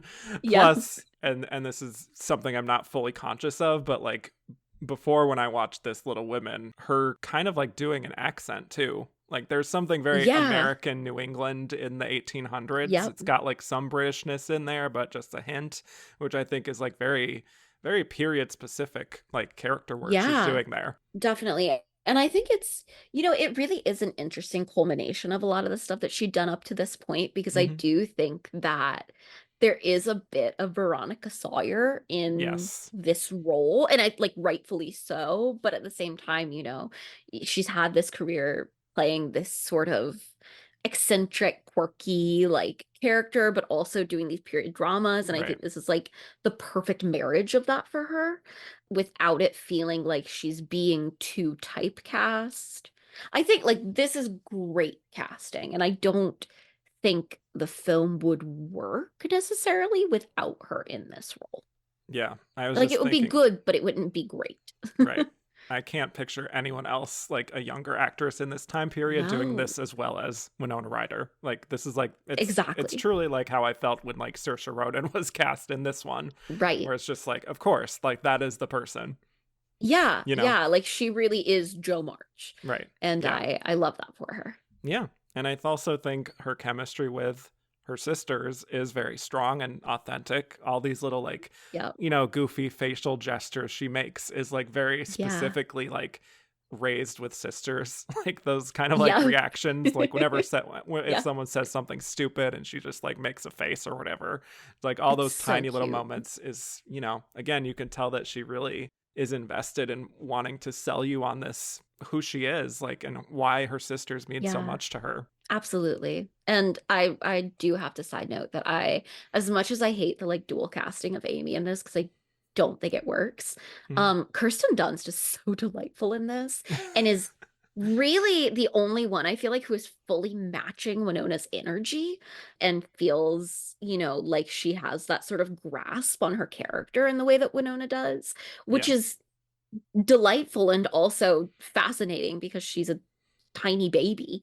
Hmm. Um, She's a but little I imp. think that like yeah, but I do think that they, in the same way that in the later version, Saoirse and Florence Pugh do such a good job of being sort of foils for each other. I do think you get a feeling of that from this as well, because she also has this warmth and this energy behind her Yeah, that definitely makes sense why as siblings they're gonna butt heads continually. exactly. And I feel like, they definitely justify that in just the way that they are in their physicality and everything. Right. And I don't know what age Joe is supposed to be. I want to say, I could be wrong on this. I want to say she's supposed to be around like 16 at the Okay. Yeah, beginning that sounds right. and Yeah. sort of, grows through her like Yeah, of course. early 20s. Hmm. Yeah. Obviously there's like the 4-year jump, but Yeah, something around late teens, Yeah, because I maybe. was thinking Yeah. about like how she was playing this specifically as this age. And I feel like Yeah. a good example of that is that like fury she shows when Amy just like burns her Yes. writing. I think Yeah. that's really well played because like obviously this is her whole life. It's her writing. But there's Yeah. also like the way she reacts is like there's a little bit of immaturity there that of someone who There's hasn't definitely a quite teenagerness to right, it. hasn't quite outgrown Yeah. like where she gets to such a point of rage that it's almost like a temper tantrum, you know? Yep. And I also think like her physicality in this role is so fun because we do see a shift in it as she gets older. I think we see her Yeah. sort of come into her body a little bit more. And Winona Ryder is not someone I would describe as like gangly, but there's a sense of that in the beginning of this movie. Like you Hmm. get this sense that Jo is this girl who doesn't really know what to do with her limbs. Like, and Yeah. I think that she does it, and that would be so easy to overdo, Hmm. but she keeps it within a realm of where it doesn't feel too much like, like she's putting on this thing or she's overplaying it. Right. But I do think also, ironically, when she does get into like those acting moments of like when Yeah. Joe is acting, and like Yeah. putting on a mustache and the top hat stuff, I think that is another thing that is like she really threads the needle so perfectly of being like that awkward, Yes. gawky theater type kid almost, Oh God. I you was know? like, I don't need to, I'm having flashbacks. Right. Like, But it feels I like don't need to see this. authentically like that kind of person. And that's No, not I easy, I literally don't was think. like, Yeah. I think it's like watching myself in like my high school plays. Uh, Right. And like putting on a yeah. bit of like that goofy voice, like doing stuff like that, like Yes. that sort of Like thing this is is what just I think the theater is. right. Yeah. It's And so I good. do think that she does such a good job of showing sort of, the ways in which Little Women is a story about family and about sisters, but it's also a story about what it means to be a creative person Hmm. and the sort of burden of that. And I think that she does a really good job with all of that. And again, like when she says she has 10 ideas in her head for stories she could write, I believe her. Yeah. Like I see it. And I Hmm. think that's great. So I really, and especially, God, compared to these other films, I was like, yes, Queen, great performance. Like, you Yeah. didn't offend me. You almost are like, are we grading this on a curve just based on what Literally else is that. here? I was Yeah, like, is it really that good? Or have I just been watching sure. films where I was dying to see a good performance, you know? Yeah. Yeah. Yeah. Yeah. And like you said, I think the bond with Gabriel Byrne, that whole segment 4 years later, I think, Yeah. yeah, that's something that like I am not always like a fan of that turn in the story with Little Women. I just kind of want to be like hanging out with the sisters and just like Yeah. having that moment. So Yeah. when it gets to that part, I'm like, this is a bit of a letdown compared to like even the stuff with Lori too. But Right. she is growing as a person. She's expanding her horizons. And again, there's this great curiosity and this eagerness to learn. And I think something like that really is risking being a little too much, but I think she is on Yeah. the right frequency of it. And it did make me Absolutely. realize watching it just how difficult this role is and so much harder than it Right. looks, just how much Yeah. energy she has to have with this and not have it be kind of like unbearable, you know? Exactly. Exactly. And I will say, I think it was kind of funny rewatching it because when I watch Laurie's proposal to Joe in the Greta Gerwig version, I'm like crying. I'm like, oh yes. Like I feel so much for both of you. Like, I see it from both sides. It's so impossible. Oh, when Hmm. when Timothy's standing there being like, I love you, Joe. Um, watching this one, I was like, shut up, Lori. Like you sound like an idiot. Like I was like, why are you being a whiny baby? Yeah. Which was funny. Which I think also is like seeing it older now because I'm like, I remember when I was young, I was like, how could you tell him no? Um, but I think her reaction to that also does feed into it because she's so clearly like, what are you doing? I know. Which I love. Right, but it's Yeah. perfectly in keeping with the character and how she Yep. actually is feeling. So, like, Yeah. yeah. Yeah. Even if maybe our feelings might change based on how we've seen it in the past, like, she is portraying that very authentically, I Yes. think. No, Um, truly. I'm like, okay, no, girl, yeah, I get it now. right. Um, Right. yeah. Yeah, I think it's a really sweet and warm performance that is also the kind of performance that I don't think gets enough credit with Oscars and like acting Yes. prizes, because she Yeah. does make it look so easy when like again it's Mhm. not. She's also again It's putting not. on that accent, and I think like people need Yeah, to recognize this performance a little more than they do. I agree. Anything else before we get to our last losing nominee? Yeah. I feel like that's it. I mean, I feel like it's obvious that this is like the performance that I love out of the ones we've talked about. Yeah. Yeah. I think, like you said, it is, she's making it look easier than I think it actually is. Yeah. It's a better performance than people give it credit for. Yes. All right. Well, let's move on to talking about her mother in Little Women, Yep. Susan Sarandon in The Client. Okay, so Susan Sarandon is in her peak period in the early 90s, coming off Thelma and Louise and Lorenzo's Hmm. Oil, and now we have The Client, which is also combining another favorite of the 90s, legal thriller, adapted by John Grisham Yeah. book. So Yep. by this point, we've had The Firm, we've had The Pelican Brief, both in 1993, both big box office draws. Holly Hunter got a supporting nomination for The Firm, which is interesting. But it's the start of a major trend with adapting these books. And the next one was The Yeah. Client. And the director is Joel Schumacher, a year before Batman Forever. Fun fact. Who Yep. apparently begged Susan to take on this part. I was reading, literally got down on one knee at this like fancy restaurant. Oh, So okay. she said something about like how he did like a movie proposal, basically. That's kind of like how Oh, she worded it. Like, please be in my so movie. that's so funny. Yeah. Okay. Yeah. The Client centers on Mark, an 11-year-old boy from Tennessee who witnesses a man trying to kill himself in his car out in the woods. And the man spots him and kind of drunkenly tells him of how he's a lawyer who represented the mob and he knows where the body of a senator is buried. And then he ultimately kills himself. And Mark is in shock and he doesn't tell anyone just how involved he was in this incident until he meets this lawyer, Reggie, played by Susan, who represents him. She's tough. She also has a bit of a past related to alcoholism. And the two of them are like fighting against the mob who are trying to track him down, and also a federal prosecutor, Reverend Roy, played by Tommy Lee Jones, in his first of two appearances we'll be talking about today. Yep. And he wants to like force a confession out of Mark using somewhat illegal means, which would put him in harm's way. And also, I guess he just wants to make a name for himself. Lots of interesting twists and turns come from there, as we expect from John Grisham. So yeah, let's talk Susan Sarandon here. What's your relationship with Miss Yeah. Sarandon as an actress and this performance? I mean, to be honest, whenever I think Susan Sarandon these days, I honestly don't even really think about her as an actress. I Okay. feel like I think about her like as a political Yeah, activist. sure. Yeah, Which yeah, like that's fair. not in a bad way. Like I think it's, I applaud her for much of what she has done.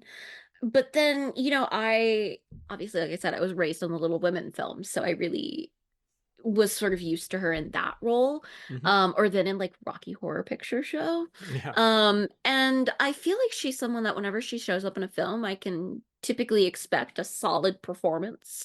Even, obviously some performances are better than others. And I feel like that is really what she's giving in this movie is like a solid performance. Hmm. I feel like The Client is one of those movies where I'm like, not a bad movie, not a great movie. Hmm. It's a movie. Like It's a movie I movie. saw it. I will probably never see it again. Like not because I didn't like it, but because I'm never going to be like, "Oh, you know what I really want to see? The Client." Love that client. Um right? Like and I think that like she does exactly what she needs to do in it. Hmm. They try to give her a little bit of depth by being like, "Oh, she had a drinking problem after her divorce." Um which okay. Uh Yeah, goes along very interestingly with our like mental illness theme in this category this year. a little bit. Yeah. um I also do feel like the way that they frame the whole like, well, do you see him as your client or your son thing just like reeks of misogyny in a way that I don't feel like the movie itself really addresses. So I don't love that. But I think, you know, she gives a good performance here. Do I feel like it's that different from like any other female lawyer in a thrillery movie like this? No. Mm-hmm. Like it sort of in some ways made me think of Emma Thompson in The Name of the Father. Mm. Uh which is a Yep. performance in a movie that I love. But like that said, like I feel like she got in there, did what she needed to do and got out. Like I think she's good. Starting to sound like Abby Lee Miller. Like you were good, but I'm waiting for you to be great. But that's kind of how I feel. Yeah. And it's no fault of hers. I just like I don't know that I would call her the lead of this movie. Right. It feels a little category fraudy to me, but Mm. yeah. Yeah. I have to say this is a nomination that I am a little puzzled by.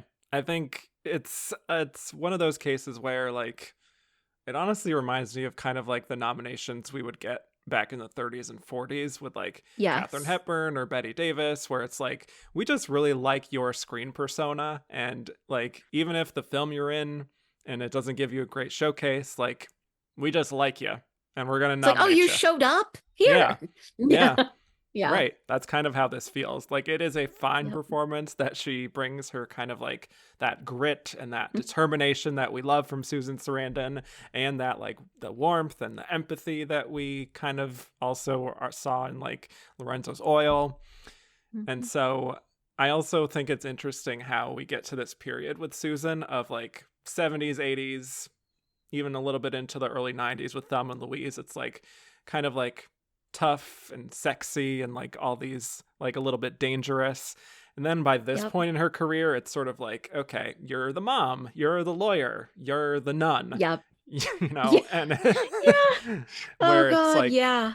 she's kind of like tamped down some of that sultriness kind of thing of that great like Atlantic Yeah. City, Bull Durham, Thelma and Louise thing, and is just like this maternal role, which is she does a fine job with. It's just I don't find it quite as interesting as the spikiness, I guess, of like that Thelma and Louise type thing. Well, or even, I mean, if we're going to talk about her in this sort of, maternal role, I think like Stepmom a few years later is a much better use of her talents. That's true. That's Um, true.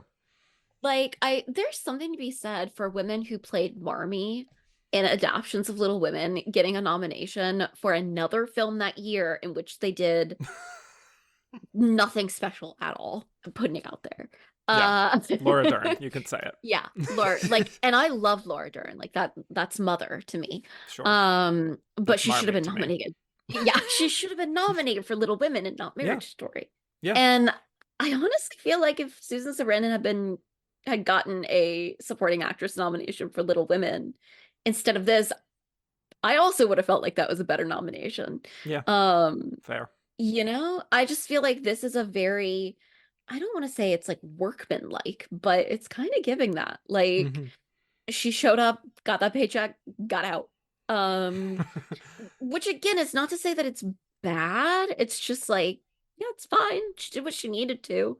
Yeah. Yeah. Um, but there's like, is there even a scene here really? Like I Well, I guess when think, she like you said, when she is opening up about her past, like they give her that, like they give her that one thing.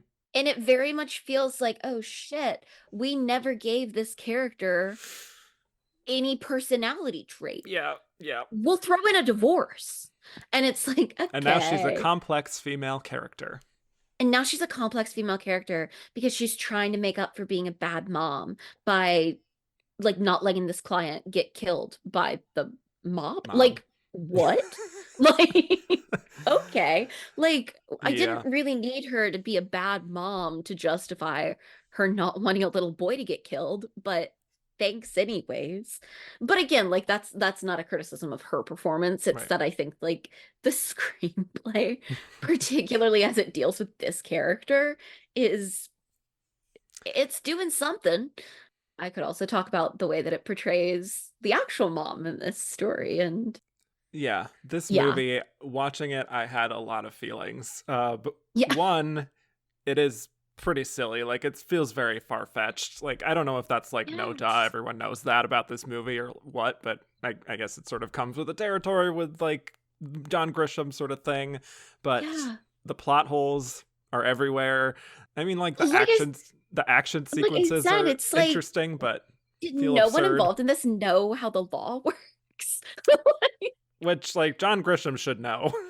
He has yeah. experience, but Yeah. yeah, the whole thing of like Mark escaping prison at one point, or like him and Reggie trying to like identify the body in Louisiana. It's very goofy. But also, It's like, another part of me is like, we used to be a proper country. Like, this kind of movie, like, it's sort of like disappeared from the movie landscape. This like mid-budget drama for adults that are kind of yeah. goofy, or at least maybe they've gone to TV. I don't know, but like, even if it feels I silly and sort of dated, I am kind of nostalgic for this kind of Yep. movie, you know? In some ways it does kind of feel like a Disney Channelification of like a mob movie. Like Yeah, the fact that like the whole thing here is like, oh, like the mob's gonna kill this kid because he knows this thing, but like, do we ever see any violence in it? Like everything not is really. very hidden. Mm-hmm. Like I was getting ready for like that early scene where like the guy, shoots himself, and then they like don't show us any of it. And I was like, oh, okay. Yeah. Yep. Um, Got to make it as palatable as which possible. Yeah. I was like, oh, so we're going for a wide audience here. Mm-hmm. But all of that said, I just feel like it feels so restrained in so many ways and Mm-hmm. to the point of being silly. And I almost wish they'd sort of like gone in on it more and like made it full like campy. Um Like cartoon, basically, kind of thing. yeah, Yeah. Yeah. Yeah. basically, because it just ends up feeling like who this is the sort of movie that I feel like is the definition of a film that you watch once. Mm-hmm. Like, Yeah. and you're like, okay, wasn't a terrible way to spend an afternoon. It's a good Like, blockbuster rental back in the day, I'm sure. yes, yes. But I'm sure it was like always available. Yeah. Yeah. Like, Right. yeah, yeah, Yeah, and I just think she is somewhat limited by the material. I think it's a fine, like, almost like movie star kind of performance, that it's like she's yeah. just bringing her natural personality to it, and like Yep. she was given a lot of free reign to sort of craft how she was going to play it, so you can sort of see that. But then when I get to the end of this film and I'm like, oh right, and by the way, she was nominated for an Oscar, and also, most shockingly to me, she won a BAFTA award for this performance. What happened there? Like, I'm so confused. I need answers. Yeah, yeah, I don't understand. not a But bit. yeah. Yeah. But to her credit, I do think a lot of the scenes where she is just like being that lone person going up against like Tommy Lee Jones and all his men Yeah, around him, I think she does all that really well. Just how yeah, quick she is, and like even like talking to the kid, and she's very quick. She's like, one more case than I've lost, and all this kind of like snappy kind of dialogue she makes feel very fun, I yep. think, even if it's like very like rudimentary stuff. Ultimately, like, you've seen this a billion times. She just inhabits that kind of character really well. So Yeah, it is the epitome of the kind of performance where if it were not nominated for awards, I'd be like, yeah, it's a good performance from Susan yeah, Sarandon. solid work. But right, but the fact that it's like nominated for an Oscar, I'm like, why? Like, Yeah. I do my job every day and I don't get nominated for an Oscar, like, because that's very much what it feels like to me. It doesn't, especially too, like with the career she'd had up to that point, like we all knew she was talented. Yeah. Like, Hmm. I say that I was a literal infant. You I knew she knew. was Even talented back though. then, you knew. Yeah. But yeah, it's fine. It almost in a way feels like it provides like a center point for the other performances this year of like this is a like standard good performance. Yes, Now this is the place the others median. on either side of it. Yeah, Right. literally. Yeah. Well, I think this is the one. When I look at even these, like, again, like those performances I'm not as big of a fan of in this category, even those, I'm like, I sort of understand the nomination there. Yeah. This is the one where I kind of don't, other than just like general, we like Susan Sarandon. And it is the thing that I would Yep. point to of being like, were there just no interesting female lead roles this year if this is what we're nominating? I am truly surprised that they didn't like category fraud someone into this. Like, which Uma I guess, Thurman. right. And I guess I'm sitting here though, I'm like, putting Susan Sarandon in here was kind of category fraud. So like they picked the wrong one. Like, why did they not just sort of be like, Uma Thurman, here you go? Why not? Or Yeah. like, I mean, even for that matter, I feel like you could make a equally good claim for like Helen Mirren in The Madness of King George is as much a like main character as Susan Sarandon is in this movie. Mm-hmm.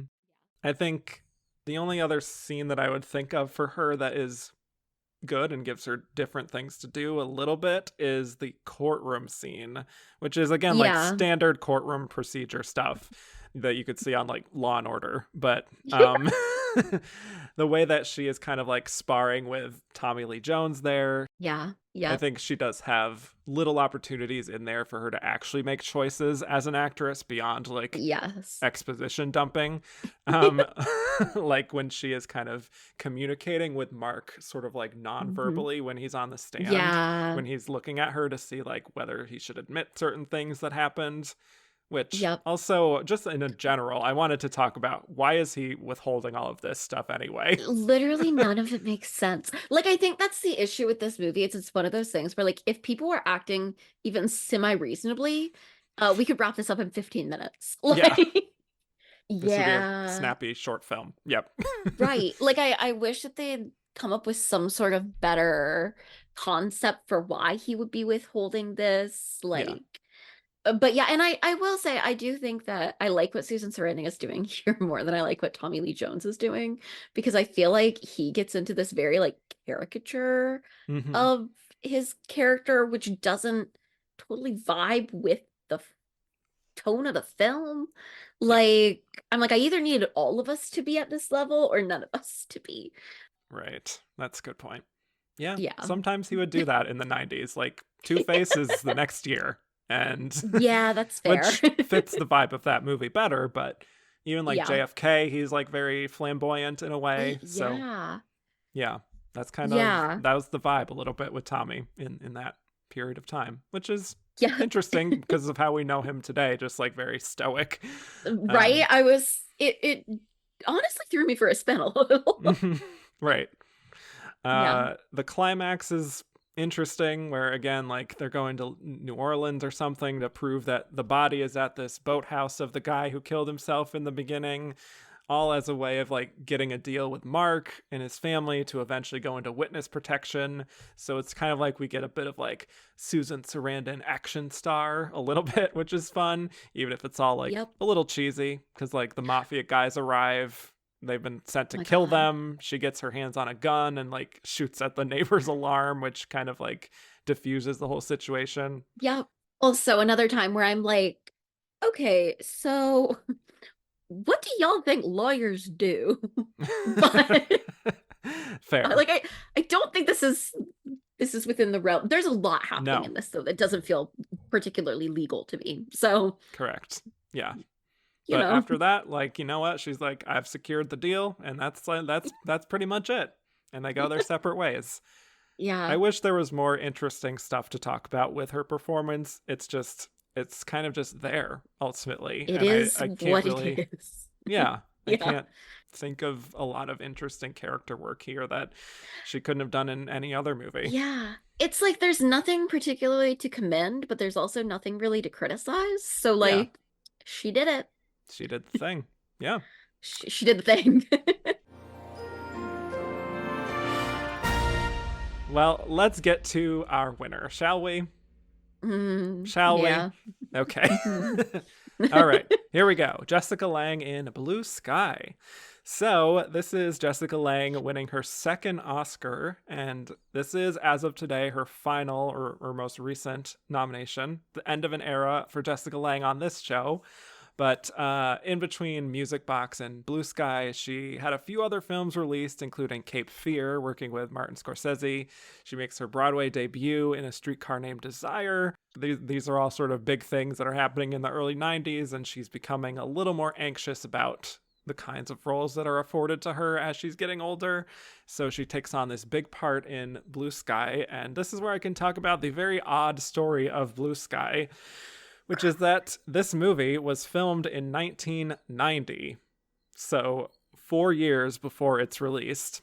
And then the studio, Orion, was going through major financial issues and bankruptcy. So, even though the film was in the can in 1991, the studio could not afford to release it. So it sat on a shelf until 1994, where Orion was finally able to, get out of the hole and release it. And obviously it became this bit of like serendipity that, she gets really good reviews. She goes all the way to the Oscars. So Blue Sky is set in 1962, our last period piece we get to talk about here. And it's all about a military family, Major Hank Marshall, played by Tommy Lee Jones. And he's involved in testing nuclear weapons, and he's transferred from Hawaii to Alabama with his wife and kids.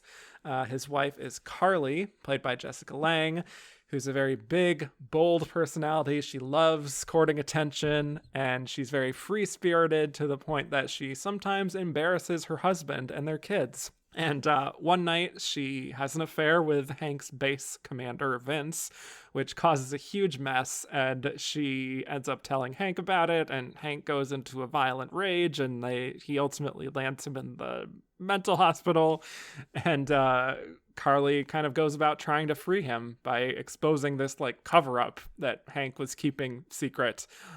Much to talk about with this film. Another big swing. Thoughts for you on Jessica Lange and her second Oscar-winning performance here? Jessica Lange is an interesting actress for me in that I associate her so much more strongly with her work on stage and her work in television than I do her film work, which is interesting because I was, looking at her filmography and I was like, oh, she was in a bunch of like really iconic movies earlier in her career. But when I see her face, I think American Horror Story. Sure. Which like that feels like a disservice to her. And then I watched this movie and I said, actually, that's fine. This movie is one of the wildest rides I've ever been on, frankly. It's one of those things where like if I tried to describe it to someone, I feel like they would think I was lying. Because this plot is so bonkers, and the way that it like ends with her being like, let me unearth this nuclear cover-up thing. I was like, hello. I'm like, I don't remember this part of Oppenheimer. But this role is so interesting. It is, I feel like in some ways, the epitome of like the worst parts of like 90s and 2000s movies where you have the crazy wife character. The fact that the first time we see her in the movie, she's shirtless and like then does whatever that is, like she puts on a little show for the helicopter violence. I was like, okay. My main reaction to this movie is that like I would like to save those poor children because neither parent's doing any good for them. Actually, my favorite scene in this though is where Tommy Lee Jones like cooks breakfast for the family and then gives them each like a tiny pancake. And you can see that they're taking the smallest bites of it so that they have enough for the full scene. I was like, truly explain this one to me. I saw someone on Letterboxd counted up that she says daddy 28 times in this film and got an Oscar for it. Yeah. Daddy. The voice that she's doing, I was like, I'm gonna throw something out a window. Like she went out the window at one point. Was that my favorite part? Maybe. Yikes. But no, I just think that a lot of this like didn't age great. I think that it really plays into like the way that this film ties together her mental illness and her promiscuity feels really harmful.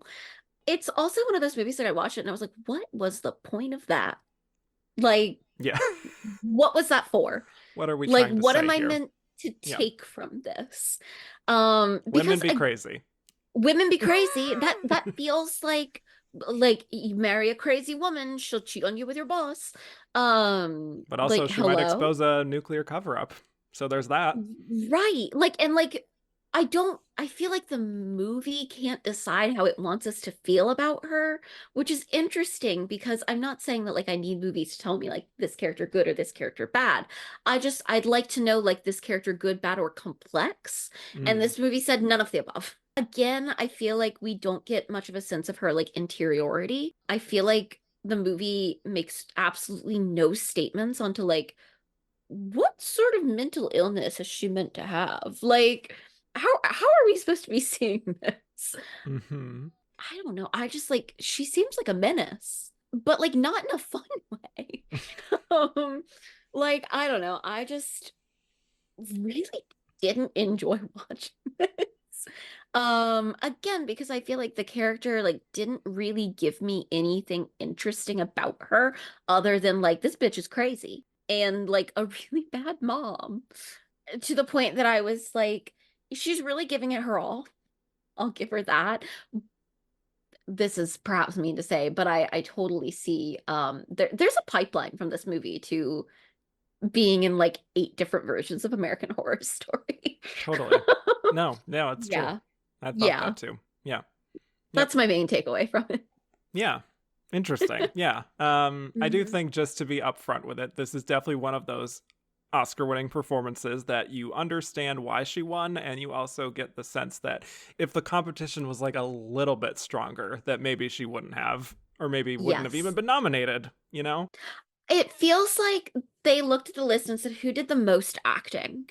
Jessica Lange. She did. Um, I'd say it's pretty and close with her and Jodie Foster, but yes, I'll take your point. um, yeah. I think the yeah, film itself definitely feels like it's one of those films in this category that does not exist, which we don't often get in terms of winning performances necessarily. it feels like this film should be Oscar nominated because there was like a Diane Warren song in it. Like Oh, that's the kind no. of movie it feels like to me. Do you know what I mean? Like whenever it Yeah. feels like the Oscar nominated film that you watch because there's a song in it that's nominated, and then you're like, what did I see? Hmm. But this time it's for Best Actress Yeah. Performance. Yep. Yeah. Yep. Yeah, the plot is all over the place. It's, again, not entirely clear what it's trying to say. It seems like Tony Richardson, the director, gave her free reign to do whatever she wanted, for better and for worse. And there is an element of campiness to it that I don't know is entirely intentional. Yeah.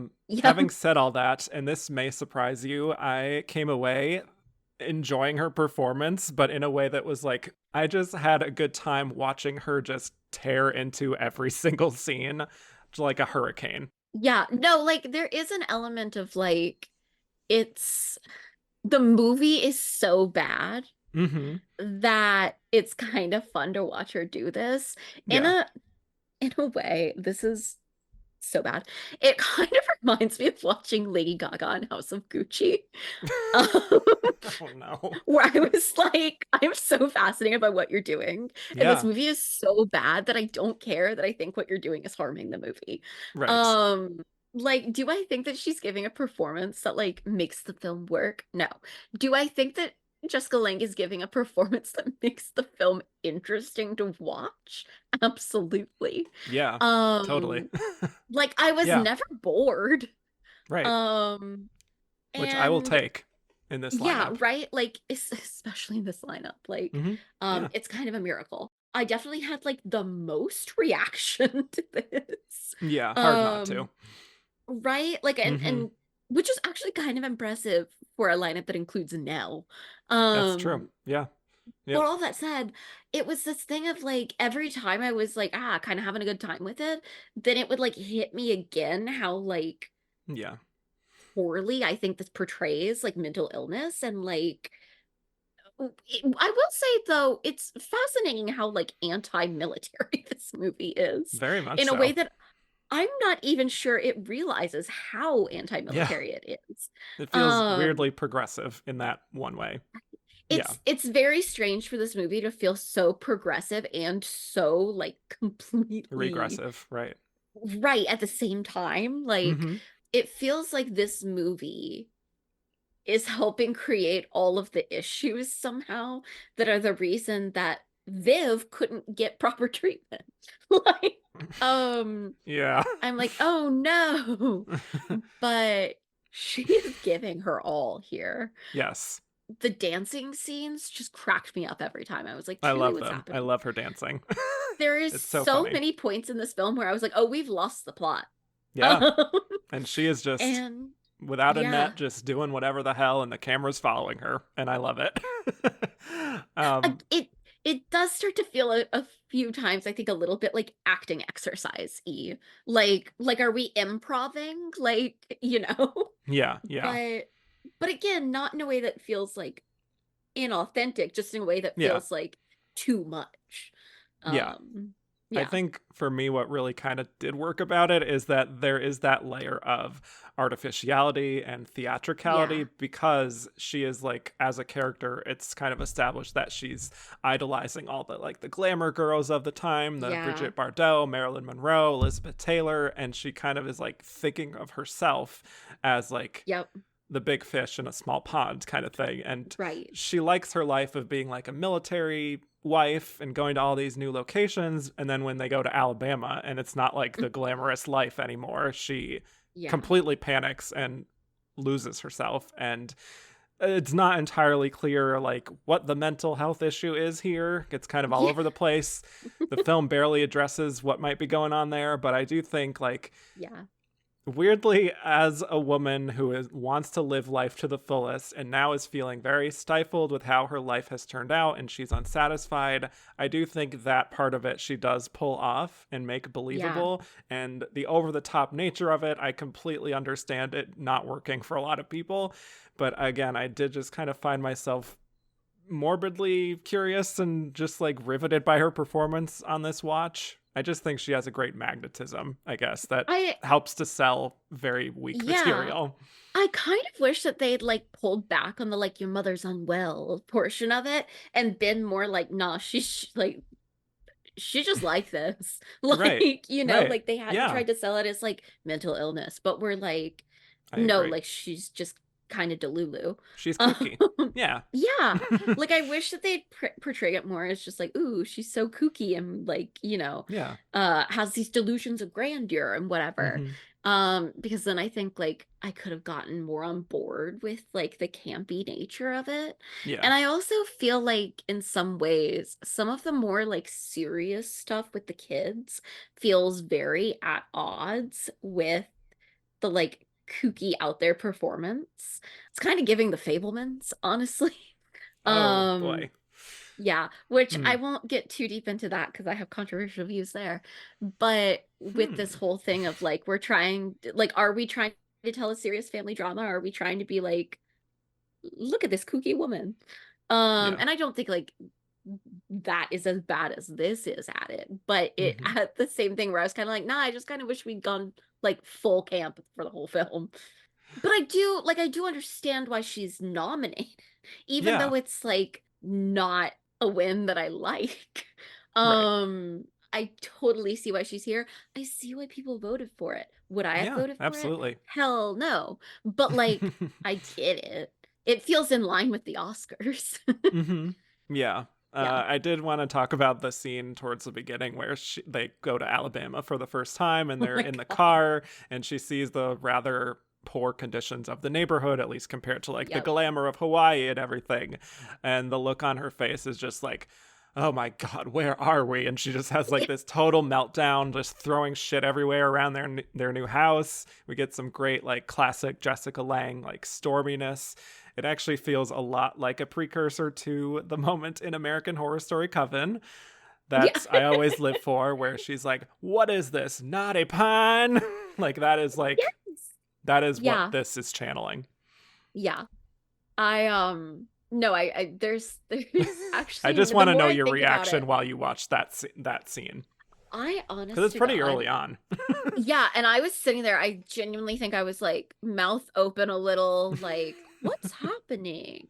I was like, oh, this is the movie. Mm-hmm. Especially because up until that point, all we've really seen of her is that, like, oh, she goes around like topless sunbathing and flirting with all the other army dudes. Yeah. And this is where it took a turn, and I was like, oh, okay, I see what's happening here. Mm-hmm. And I do kind of think that, like, in a way, they don't. I wish that the film validated her a little more in how, how jarring that is, and that, like, she doesn't want to be in Alabama. Like, who Right. who wants to move from Hawaii to Alabama? Yeah. Because I feel like there are times where the movie is trying too much to be like, look at how crazy she's being. And it's like, her methods are bad, but, like, she's Let's not hear her wrong. out. Yeah. Yeah, like, I mean, like, same, bestie. Like, I too would be upset. I probably wouldn't, like, throw the furniture around though. Mm. Um, but, like, it's fun to watch her do it. Yeah. But yeah, I kind of just wish that, like, I feel like if the rest of the performances were a little closer to that level, it would have made Yeah. the film, like, more fun and less like, what's happening here? Mm-hmm. Uh, yeah. Yeah. And I think it's also a performance where I think once she does have those moments of, I don't know what you could call it, like lucidity, maybe. I don't know, because she Yeah. spends so much of the movie at like a 10 that those Mm-hmm. moments when she calms down a bit, and it's Yep. like there's a scene where like she's looking in the mirror at one point, and Yeah. it's like behind at like backstage at like the dance that they're gonna do at the base or whatever, Yep. and she's just looking at herself and her face kind of drops for a moment. I think Yeah. those little moments like that, I think, are nice in sort of showing how she isn't just some like airhead who's completely out of touch with reality, that there is a bit Yeah. of a lonely person in there, and she does Yep. tap into those feelings nicely. That's I just wish that we got there's not a more lot of of that. moments of that, right? Right. Like, I wish, like, the scene where she's like, comes home from having gone shopping and, like, has bought something for the kids and her husband and everything. I wish Yes. that they'd given us a moment of, like, before she comes in the door, like, she's like, okay, time to, like, put this on. Yeah, that would Um have been great. and I know. given us more of an insight into, like, how much of this is an act, how much of this is, like, her way of dealing with this weird life that she's living, Mm-hmm. how much of this is something that, like, she's been doing since she was a kid. Yeah. And I just wish they gave us a little bit more of that sense of, like, who is she actually, rather than, like, who is she appearing as. I think that is what is definitely missing, just Yeah. foundationally in this film, is that part Yeah. of it. But yeah, that scene of just her being like, "We are gonna have a party tonight," and just like Oh throwing my God, when confetti she, like, everywhere. throws and then she's like, I bet you didn't know your father was in a band. I was And like, her what's her like happening? dancing while he's playing the clarinet, that is camp. I'm sorry, but that is That camp. is the best scene. Like, I was like, yes, here I we was are. hooting and Like, hollering watching that scene. Um I did give a hoot and a holler. yes, yes. Yeah. Yeah, again, like we get these tiny moments of humanity. Like, again, like there's another one where she's like telling the other wives how, like, when she was little, Yeah. people used to make up stories about me. Again, it's like Yep. those little moments of quiet in a performance that's full of loud moments, sort of like Miranda Richardson, that Yep. I took more note of, where you could see like Yeah. a little bit of why she became the person she is today, even though like we're Hmm. barely even scratching the surface Yeah. ultimately, you know? So, Yeah. and the whole like climax is very silly. Like, I don't know why this is the path we're taking with this movie. Like, I thought Right. this was about like the dynamics of this relationship, but it is actually about nuclear testing and whatnot. So she's going to drive across the country and like Yeah. prove it's too complicated to get into here. We don't even need to talk about it, but Yep. it's just wild, kind of like the turns that this movie takes. It truly felt like, oh, you didn't know how to end your story, so instead Yeah. you were like, I've got it. Like, Yes. now Jessica she'll become Lange's an gonna activist. ride in on a horse into Yeah. this Like, place. It's yeah. what? And the Yeah. whole, like, they him getting put in the mental institution. I was like, Yeah. what's happening? Yeah. Like, Either you're going to be yeah, court-martialed or you'll be put in a mental institution. Those are your options. those are your options. I was Yeah. like, okie dokie. Yep. When he's like, how could you not know I wanted to be court-martialed? This is what I mean. These are the moments where I'm like, this should have been classified as a comedy at the Golden Globes. Honestly, And I it would be should like, have. yeah, that makes sense. If the whole thing was played more as a comedy, I would like it so much more. Yeah, that's fair. I think I like the performance more than you do, but I definitely understand where you're coming from on yeah, it's just like, I also think I'm a little colored by how much I dislike the movie as a whole. And that can be hard to get past. Yeah. Yeah. I get that. Yep. Yeah. So I don't think we have too much else to say on that. I think we're ready to get into the Oscars here and figure out why she won. Yes. So unlike the last few years, there was not a consensus among the precursors going into the Oscars. So Jessica Lange, she won the Golden Globe for drama. She won the LA Film Critics. Susan Sarandon, like I said, won at BAFTA, ? Miranda Richardson won the National Board of Review, and Jodie Foster won the first ever SAG Award for Best Actress. She was the first. Nell is the one that started it all. And Jessica Lange and Susan Sarandon were also nominated at SAG. Jodie Foster and Miranda Richardson were Golden Globe nominees. And then we had Winona Ryder, who just had a handful of critics mentions, and she still managed to get in. So good for you, Winona. But like I said, a pretty open race, although it was eventually narrowed down by, at least the press, what they said, to Jessica Lange, Jodie Foster, and Susan Sarandon, oddly enough, being like the main contenders, just as a career sort of thing. With Miranda Richardson, like her movie made so little impact that like she was not thought to be a factor. Winona Ryder, I think people were kind of weird about her overall, like they are with a lot of younger women at this time. She was kind of a tabloid presence because of the stuff with Johnny Depp.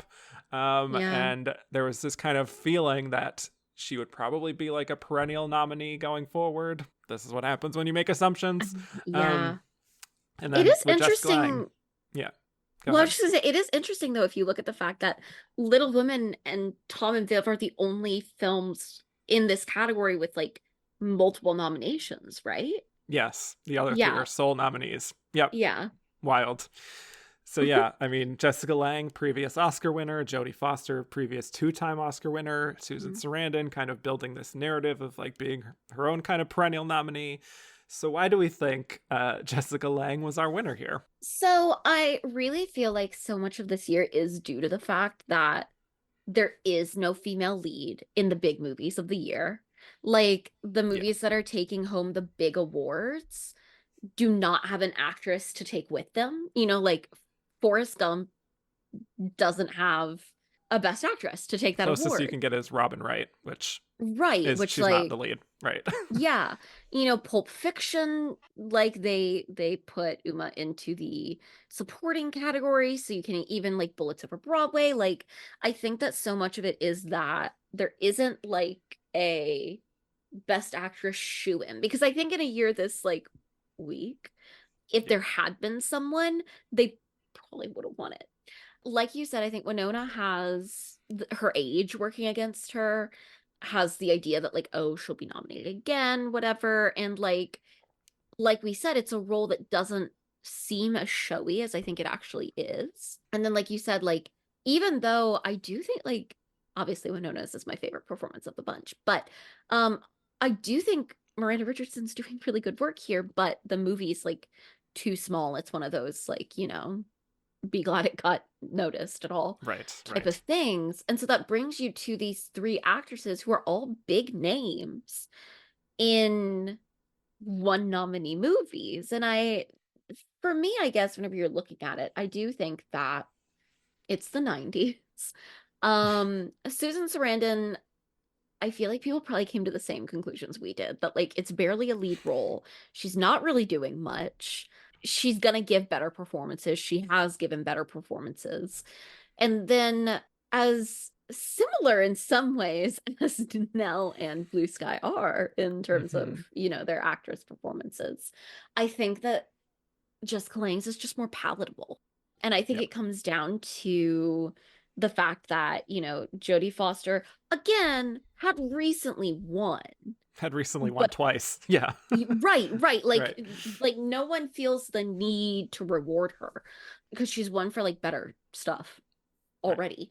Mm-hmm. But then also like that is a role that is not super like wide audience friendly.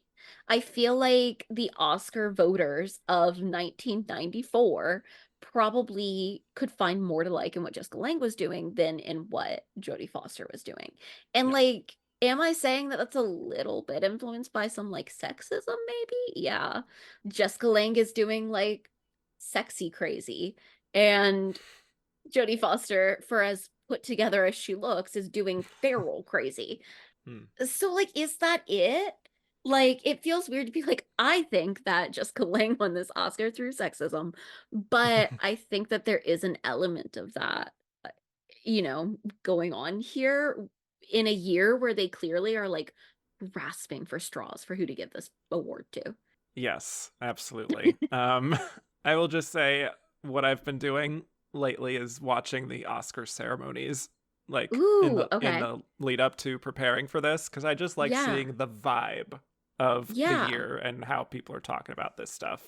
Best Actress feels completely divorced from anything else that was happening this year. Like, Yeah. again, like there was only two other nominees that had other multiple nominations for their films, one of which, Tom and Viv, was supporting actress. Again, like Yeah. she wasn't like a big name necessarily, so like that wasn't a big thing.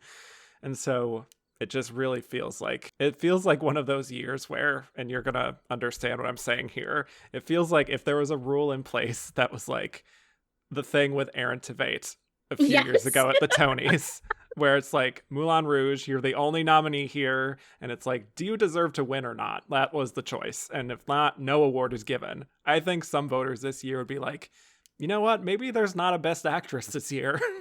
you know? Honestly, that tracks so much. And I think like I don't know. I just wonder if like this might sound bad, but like how much of the people who are voting do we think actually saw all five of these movies? Good point. Um Yeah, yeah. like I'm not gonna Mm-hmm. say I think like a lot of them probably just didn't even see Tom and Viv. But I'm not gonna not say that. Well, based on Uh box office results, yeah. Right. Like I think that genuinely that probably played a factor in it.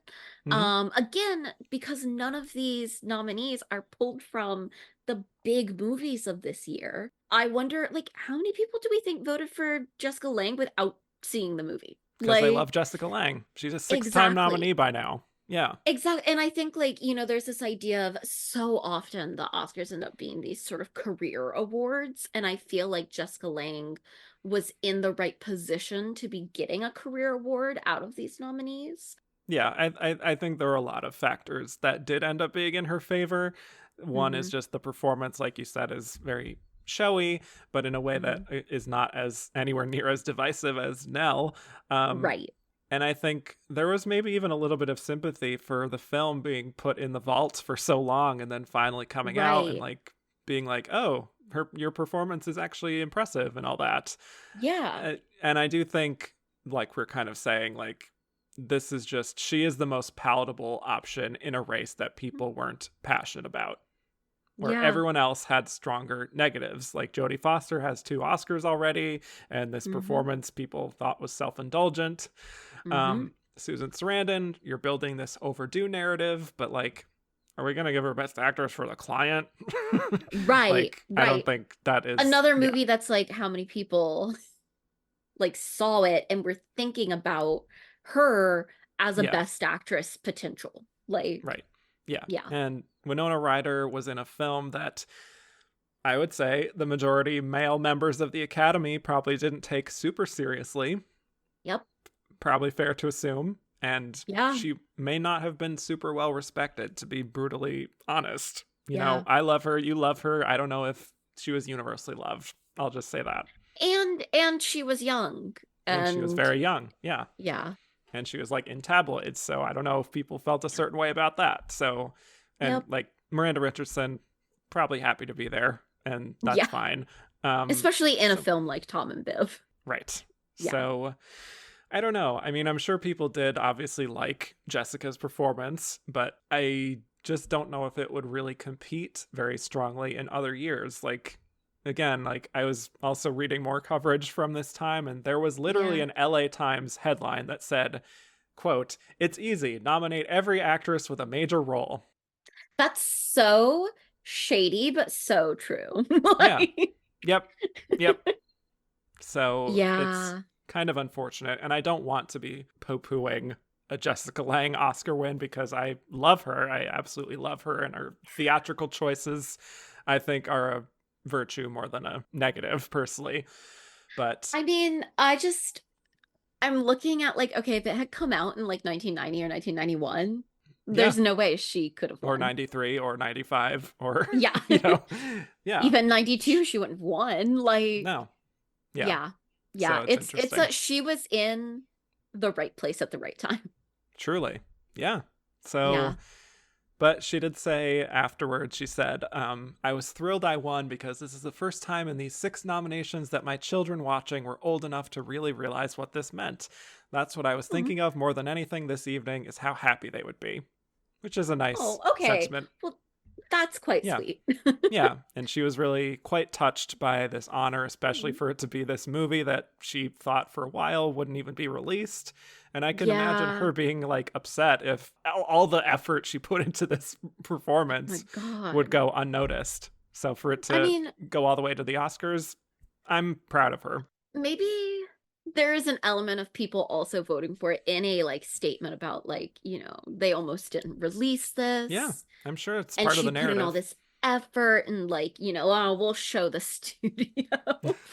What a strange year. Yeah. Yep. For Best Actress. Truly.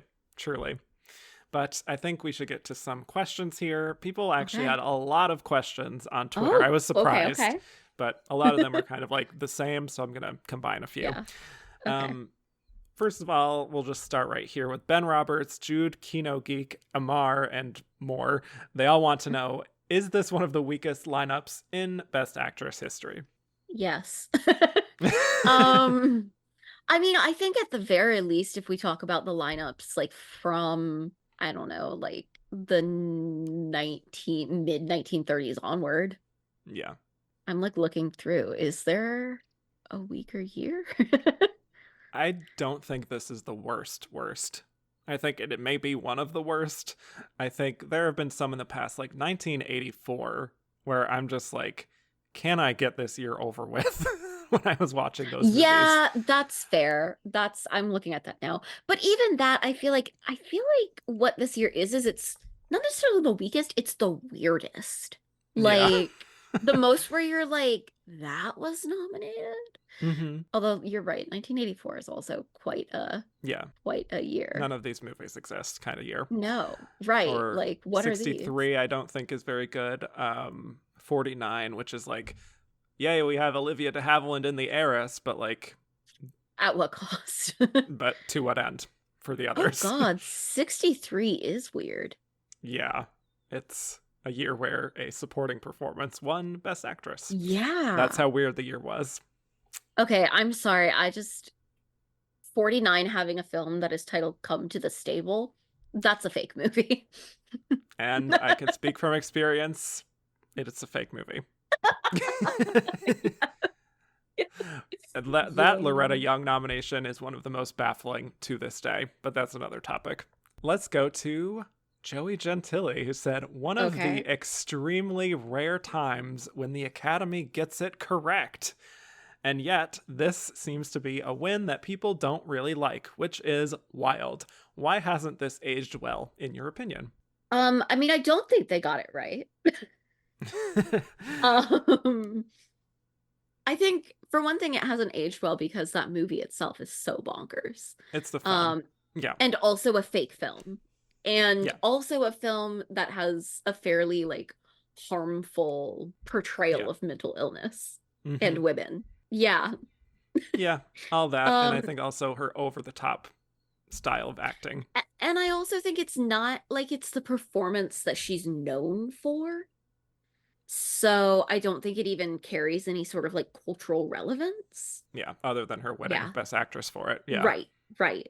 Right. But Yeah. beyond that, um this is a really funny one because this person did not know that you were going to be on the show, which is like Okay. wild. But Mark Lamb said, would you say Blue Sky is the most obscure Best Actress winning film since Mary Pickford's Coquette?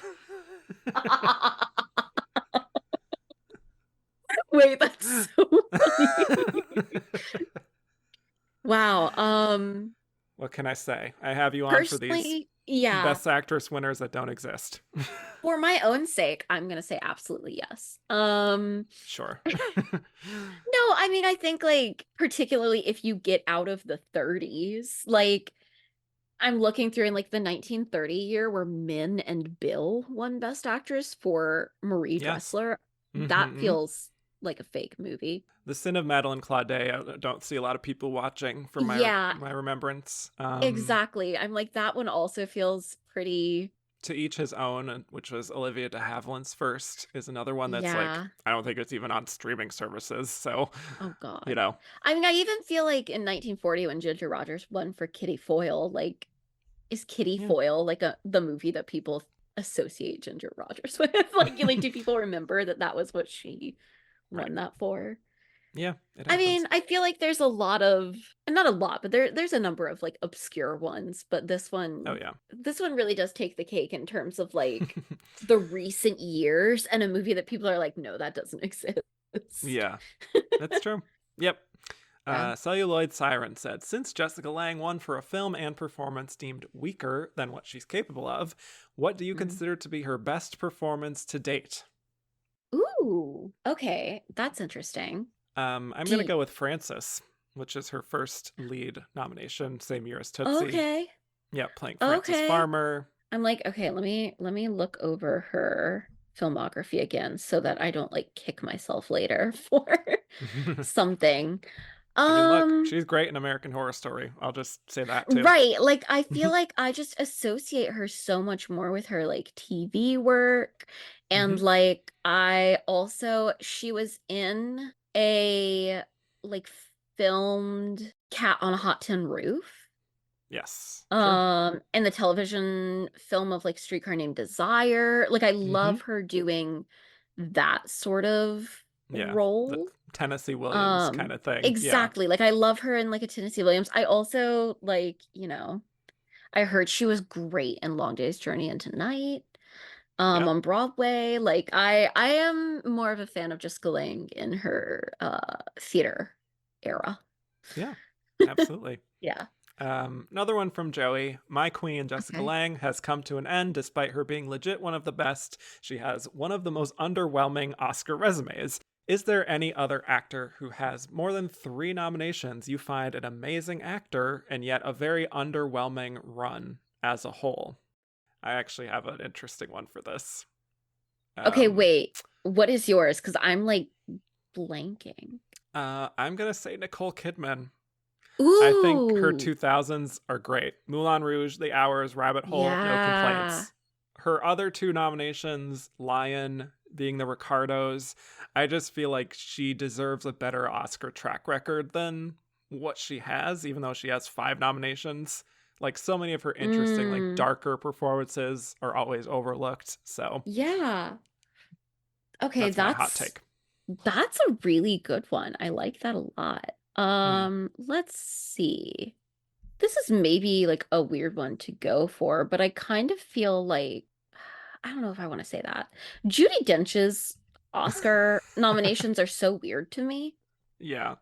I feel like for the career that she's had, the places she's gotten nominated are like, okay. Hmm. Like, so that might be my answer. I feel like Nicole Kidman is such Hmm. a good one on this. I'm trying to think if there's somebody else that like I really feel like has a weird. No, I feel like for the most part of all the other people who were, because it was what, more than 3 times? Yeah. Yeah. I do feel like Diane Keaton's. Actually, that's a good one. Yeah. are really weird to me. Yeah. Like they're not at all like I think of Diane Keaton as like a great actress, but then I look at what she was nominated for and I'm like, that's weird. Like that's Mm. not what I would. Some of those movies are not things that if I was listing off her work that I would like get to for a while. Yeah. So yeah, Yeah. Judi Dench or Diane Keaton will be my answers. Nice. Yeah. Owen Daly, which of Jessica Lange's Emmy nominations would you have liked to see compete for Oscars? Streetcar Named Desire, Normal, or Grey Gardens?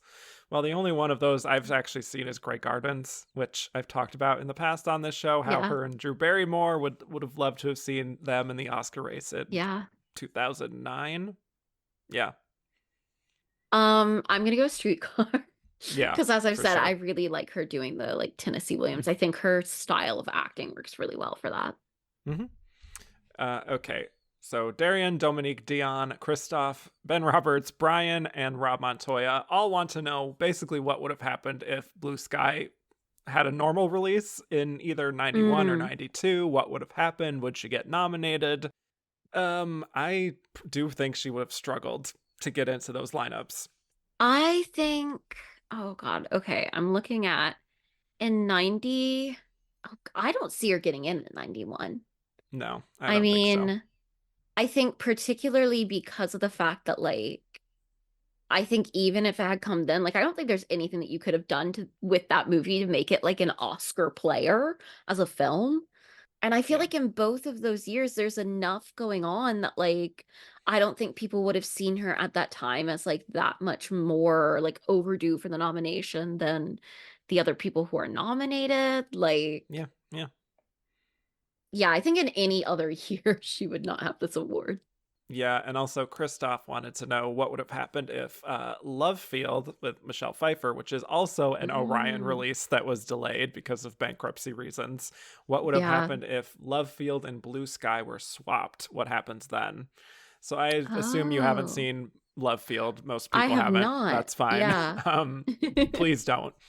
Yeah. It's bad. It's bad, bad. Like for me, worse than Blue Sky. So Oh God. yeah, But I yeah. do Because there's feel also like like a racism element to it. That's like, oh, yeah, lovely. yes, Lovely. love I to do see it. feel like this year though was pretty easy to make it in. Like you said, if Yeah. you have a female lead in your film, then you get a spot. Yep.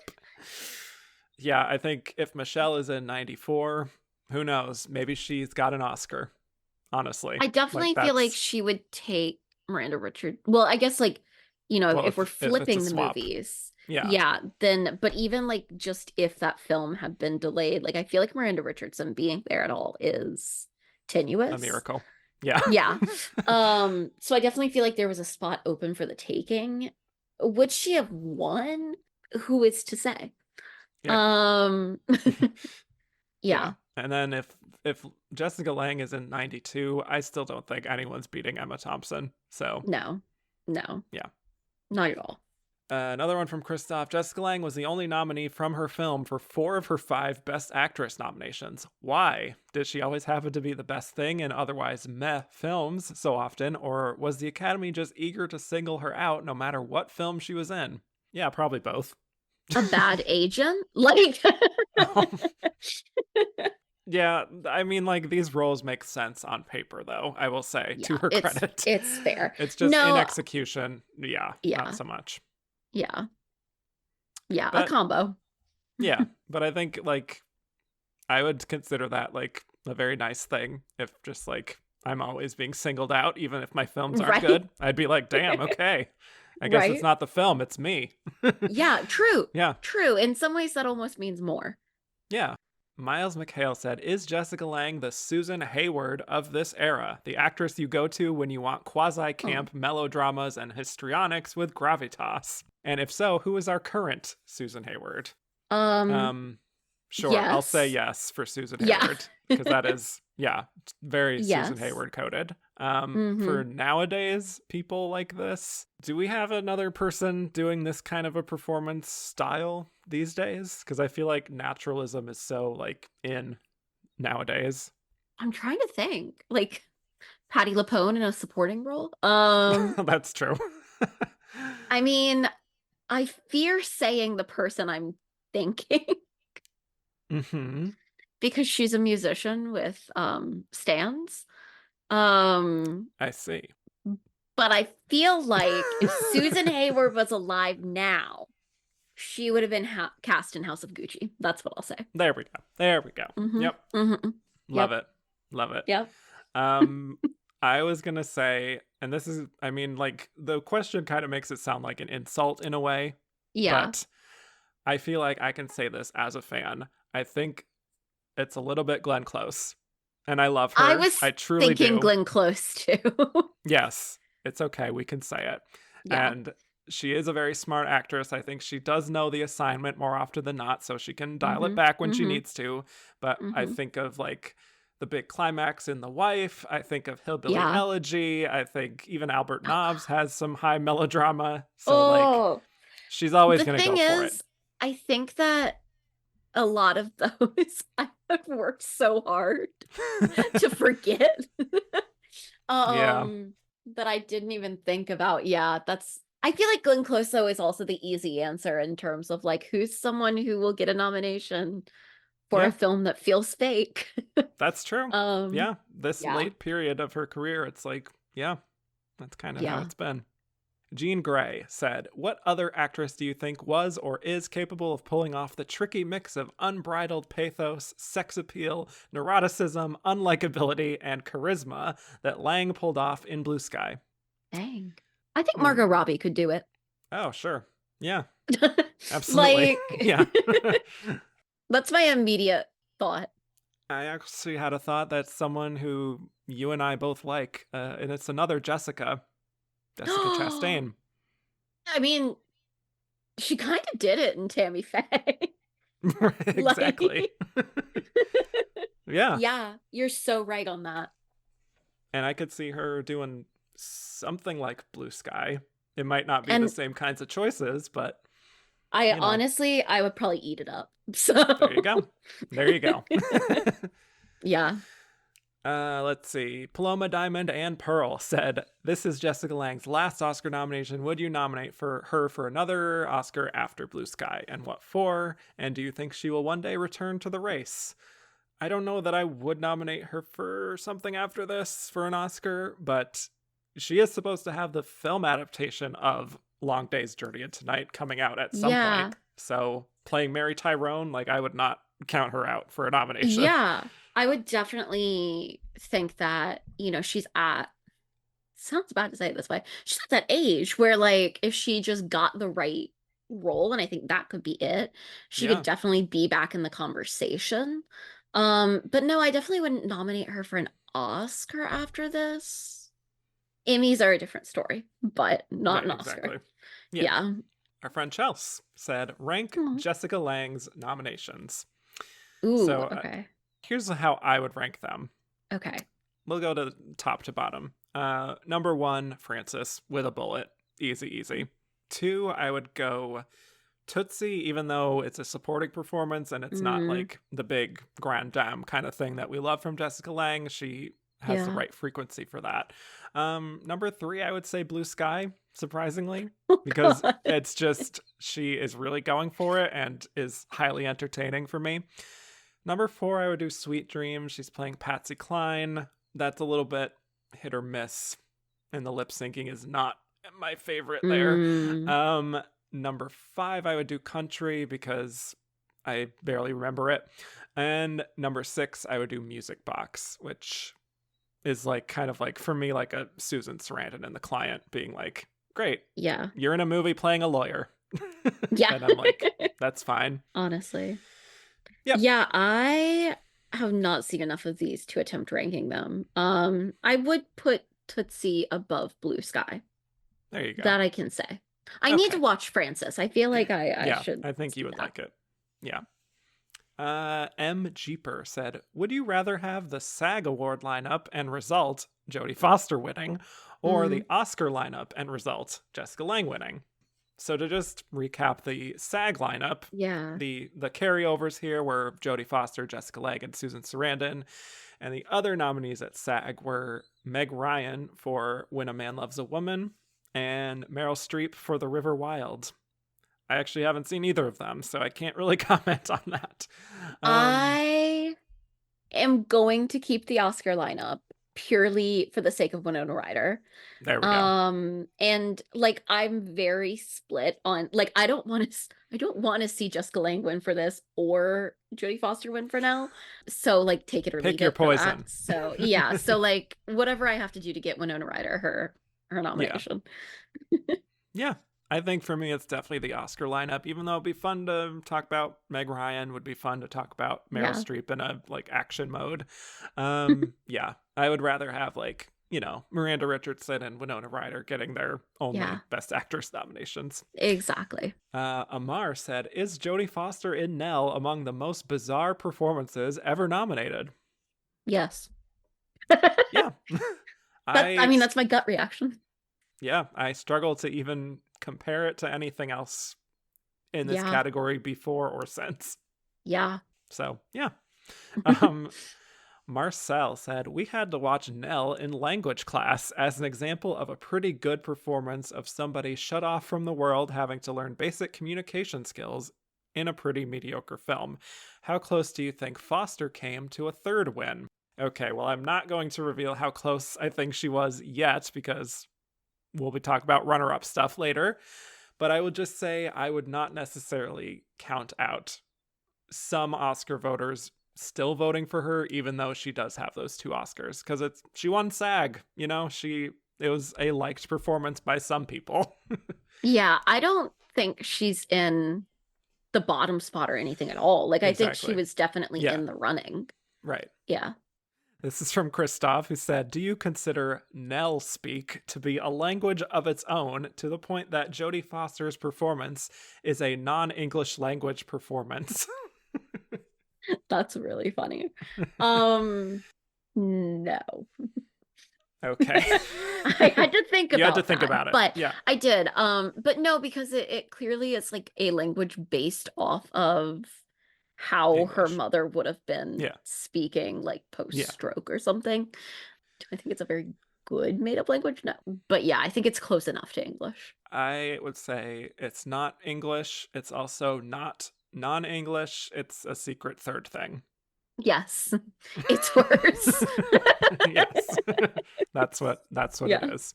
Yeah. Another one from Christoph. Lots of questions for Christoph. Jodie Foster won the first ever SAG Award for Best Actress. If the SAG Awards had been around for a few more years and she had already been a previous winner for The Silence of the Lambs, would she still have won in 94 or would someone else have triumphed? I will say, I think that if there was anyone that her performance in Nell was going to land well with, it's other actors. Correct. Who also auditioned for Juilliard. Right. Yes. They're like, yes, queen, give us Feral Child. Mm-hmm. No, I could still see her winning this because it's Yeah. a very actory portrayal. I mean, if not her, then Jessica, because that's Right. also very Yeah. actorly. Yeah. Exactly. Brian said, "Between Nell and Nyad, do you have any Jodie Foster performances that should have been nominated?" I would say Contact. Okay. Yeah. Let's see. I don't know if I have anything else. She won a Between, I'm Golden like, Globe for The Mauritanian, but I would not nominate that for an Oscar. yeah. um, No kidding there. I'm trying to let me pull it up because I'm like, I'm not thinking of anything. Let's see. She really hasn't, I mean, it sounds bad, really. She hasn't done that much in between them, but yeah, she takes a lot of breaks. yeah, which like good for her. Yeah, I'm kind of good You can with say no.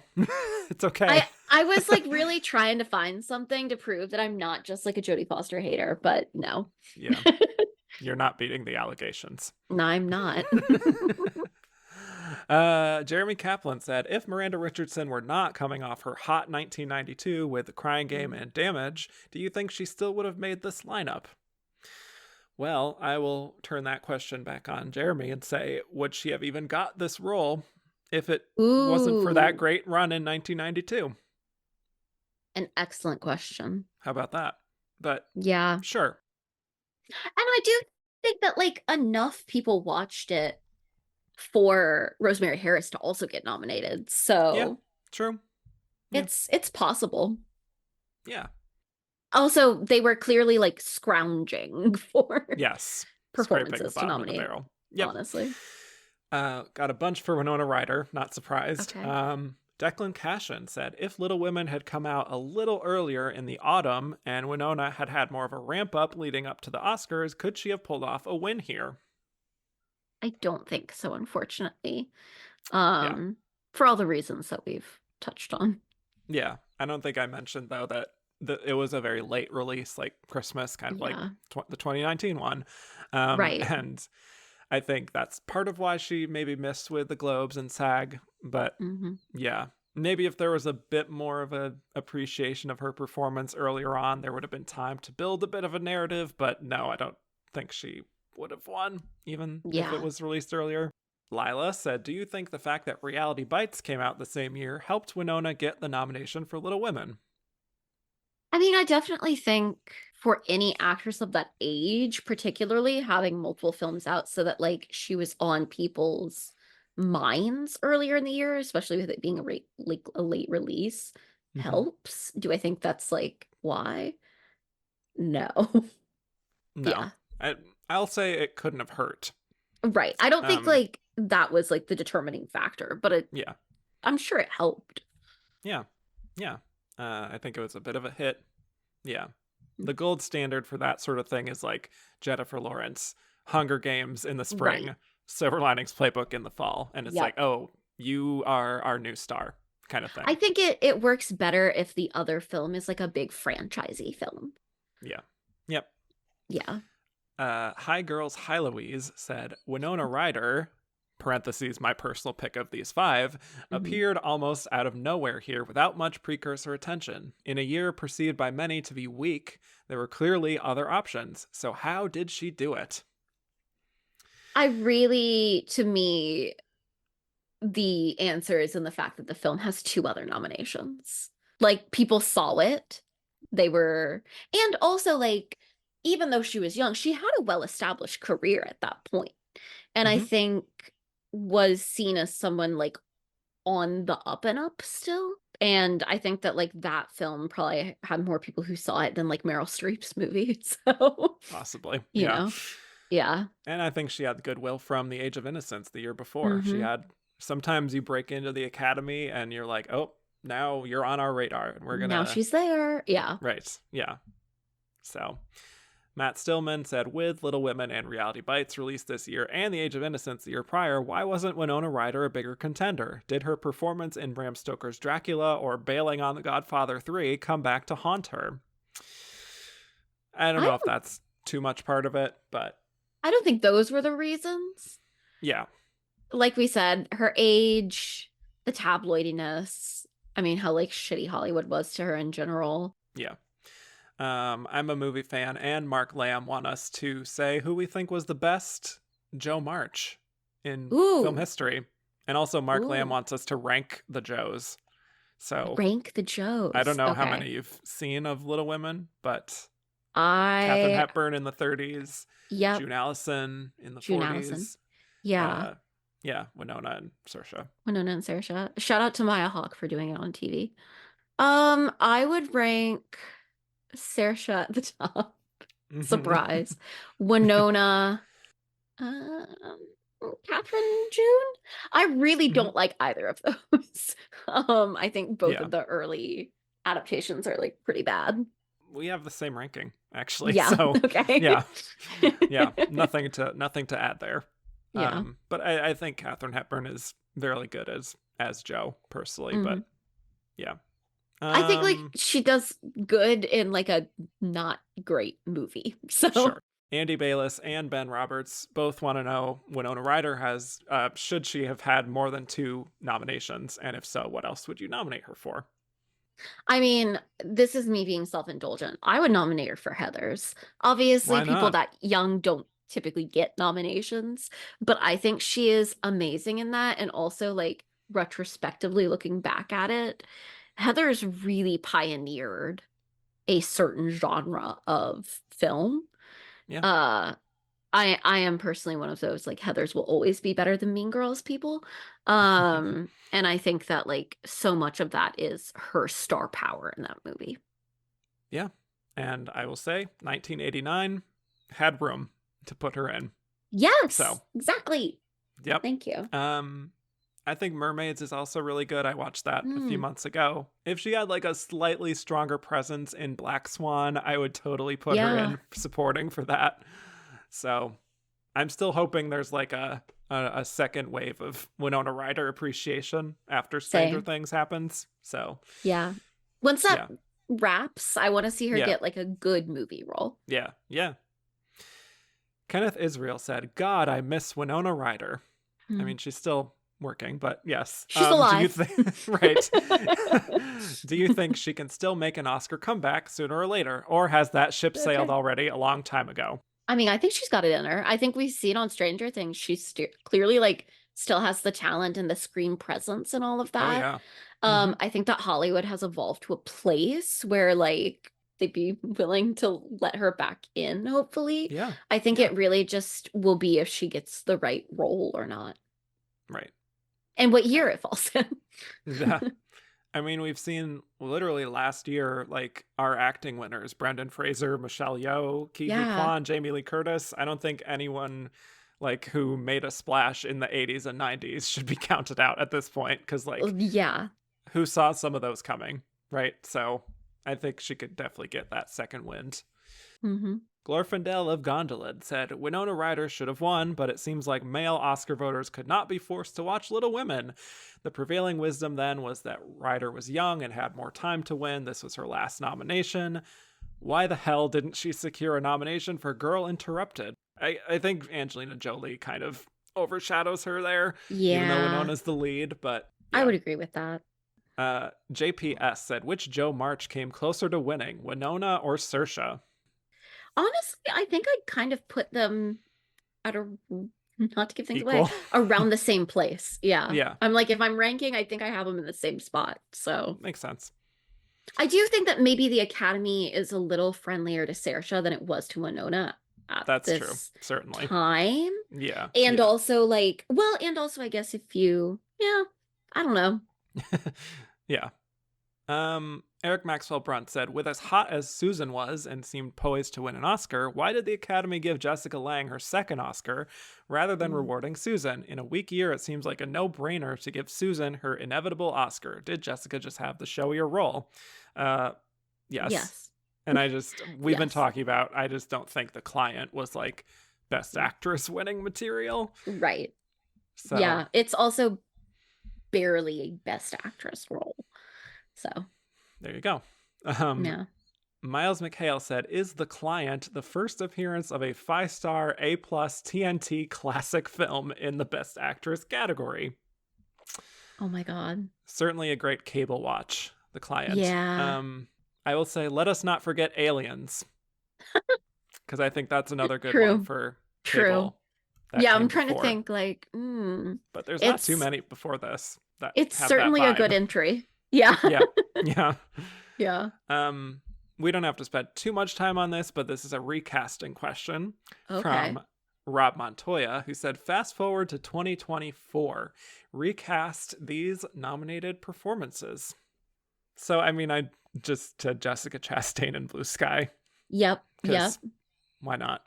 I'm going to say in Nell, Thomasin McKenzie. Ooh, okay, yeah. I like that. Right? They also look very similar, her and Jodie. Maybe that's part of it. For Tom and Viv, I went with Claire Foy. Okay, I see it. Yeah. And I'm just going to say, like, we'll let Saoirse Ronan keep Little Women. Yeah. I don't need to recast that again. Yeah. The Client, pick anyone. I mean... I just landed on Kirsten Dunst because, like, whatever. Yep. Okay, so for mine, for The Client, mostly just because I want to see her in more roles, I'm going to say Natalie Dormer. I think that she could play, like, a kick-ass lawyer. Wow. Okay. She'd be intimidating in a courtroom. I would love it. For Little Women, like you said, we've, like, recently had Saoirse in the role. Saoirse is Jo March. How could I try to put anyone else there? For Tom and Viv, I would love to see like Keira Knightley in that role. Obviously she's like the queen of period drama, but I also think that role's a little something she's never really gotten to do, and I would be interested to see her handle that. Yeah. In Nell, Thomasin McKenzie is such a good pick. I also could see, I mean, like I could see Florence Pugh being like very dedicated to this role. Oh boy. Yeah. And like really going in on that like invented language and all of that. I'm trying to think if there's anyone else that I would really like to see in that role. It's a good question. And then for Blue Sky, this is like kind of out of left field, and I don't really know why my brain's like provided it, but like I kind of like to see like Zoe Kravitz in that role. Like Oh my God. I want Wow. I want to see, like that's so out there, but I was like I was like who can play like sexy like that, and that was what my brain came up with. Sure. Yeah. I'm trying to think someone else that could do that. I mean, like you said, Jessica Chastain's like a perfect pick. I mean, hell, let's put Lady Gaga in, see what she Oh does. my God. Um, Oh no. Riding in on that horse at the end. I could see it now.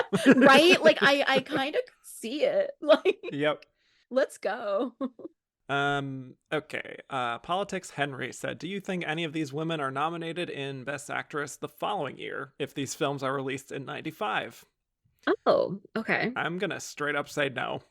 I really Um, don't think any of them would have made it. 1995 was insanely competitive, and yeah, I I mean, well, Susan Sarandon yeah, is there she's anyways. she's So the winner.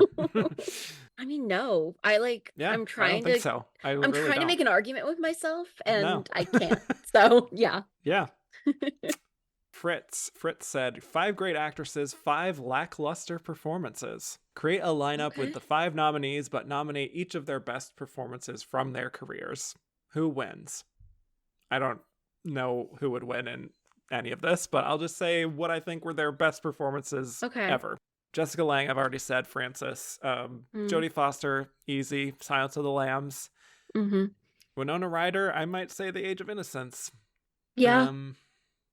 Susan Sarandon, probably Thelma and Louise. Miranda Richardson, I feel like I need to see a little bit more of to find like the perfect one.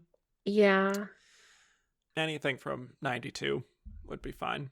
Yeah, fair. I'm like, okay, Jessica Lange. Not having seen Frances, I don't have like a film role for her that I feel like is Yeah, that's okay.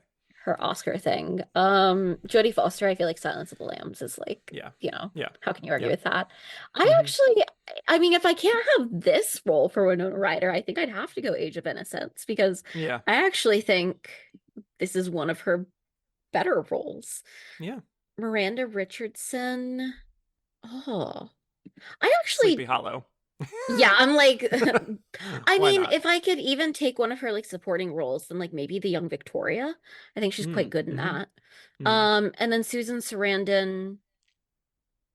I mean, again, I feel like you gotta say Thelma and Louise, right? Yeah, you Like have to. that's like Legally. the answer. By law. I mean, Yes. that or I'm gonna like be totally chaotic and say Rocky Horror.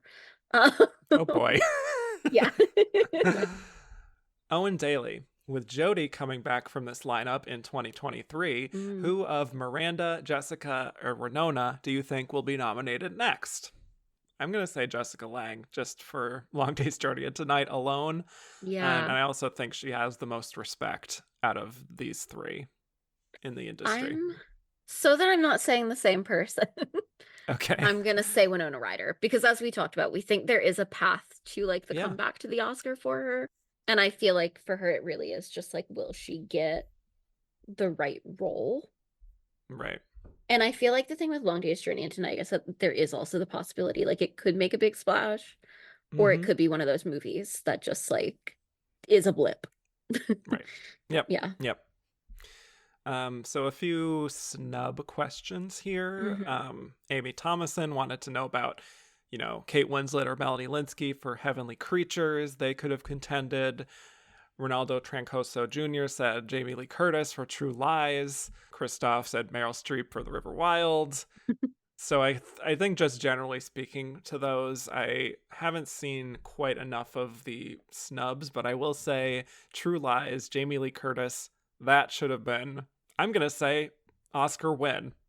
If she's nominated Ooh. here, I would pick her to win. Absolutely. Okay. She is Okay. incredible in that movie. Yeah. So, I mean, like, I don't know if you've looked at, like, other contenders from this year that could have made it in that you might have slotted I in, mean, or if you've I seen enough wouldn't to. call it a snub per se, but Okay. if I was going to be putting somebody in, it would probably be Andy McDowell for Four Weddings and a Funeral. Oh, right. Um, Yes. I forgot about her. because I Yep. do really like Four Weddings and a Funeral, and I think she's doing Hmm. good work there. But like, again, this is one of those years where, like, as much as I don't like a lot of these nominations, there aren't people that weren't Yeah. nominated I'm like rushing to nominate. Yeah. Yeah. Oh, Joey Gentili, Paloma Diamond, and Pearl, they all kind of wanted to know about Isabel Adjani for Queen Margot, which is a film I actually saw a few months ago for this show when I did How Did They Win, covering the costume design nominees of this Mm, year, because Queen Margot was a nomination there. yeah. She's great. It's a great, like, Isabella Adjani going crazy kind of role, which is her Hmm. bread and butter.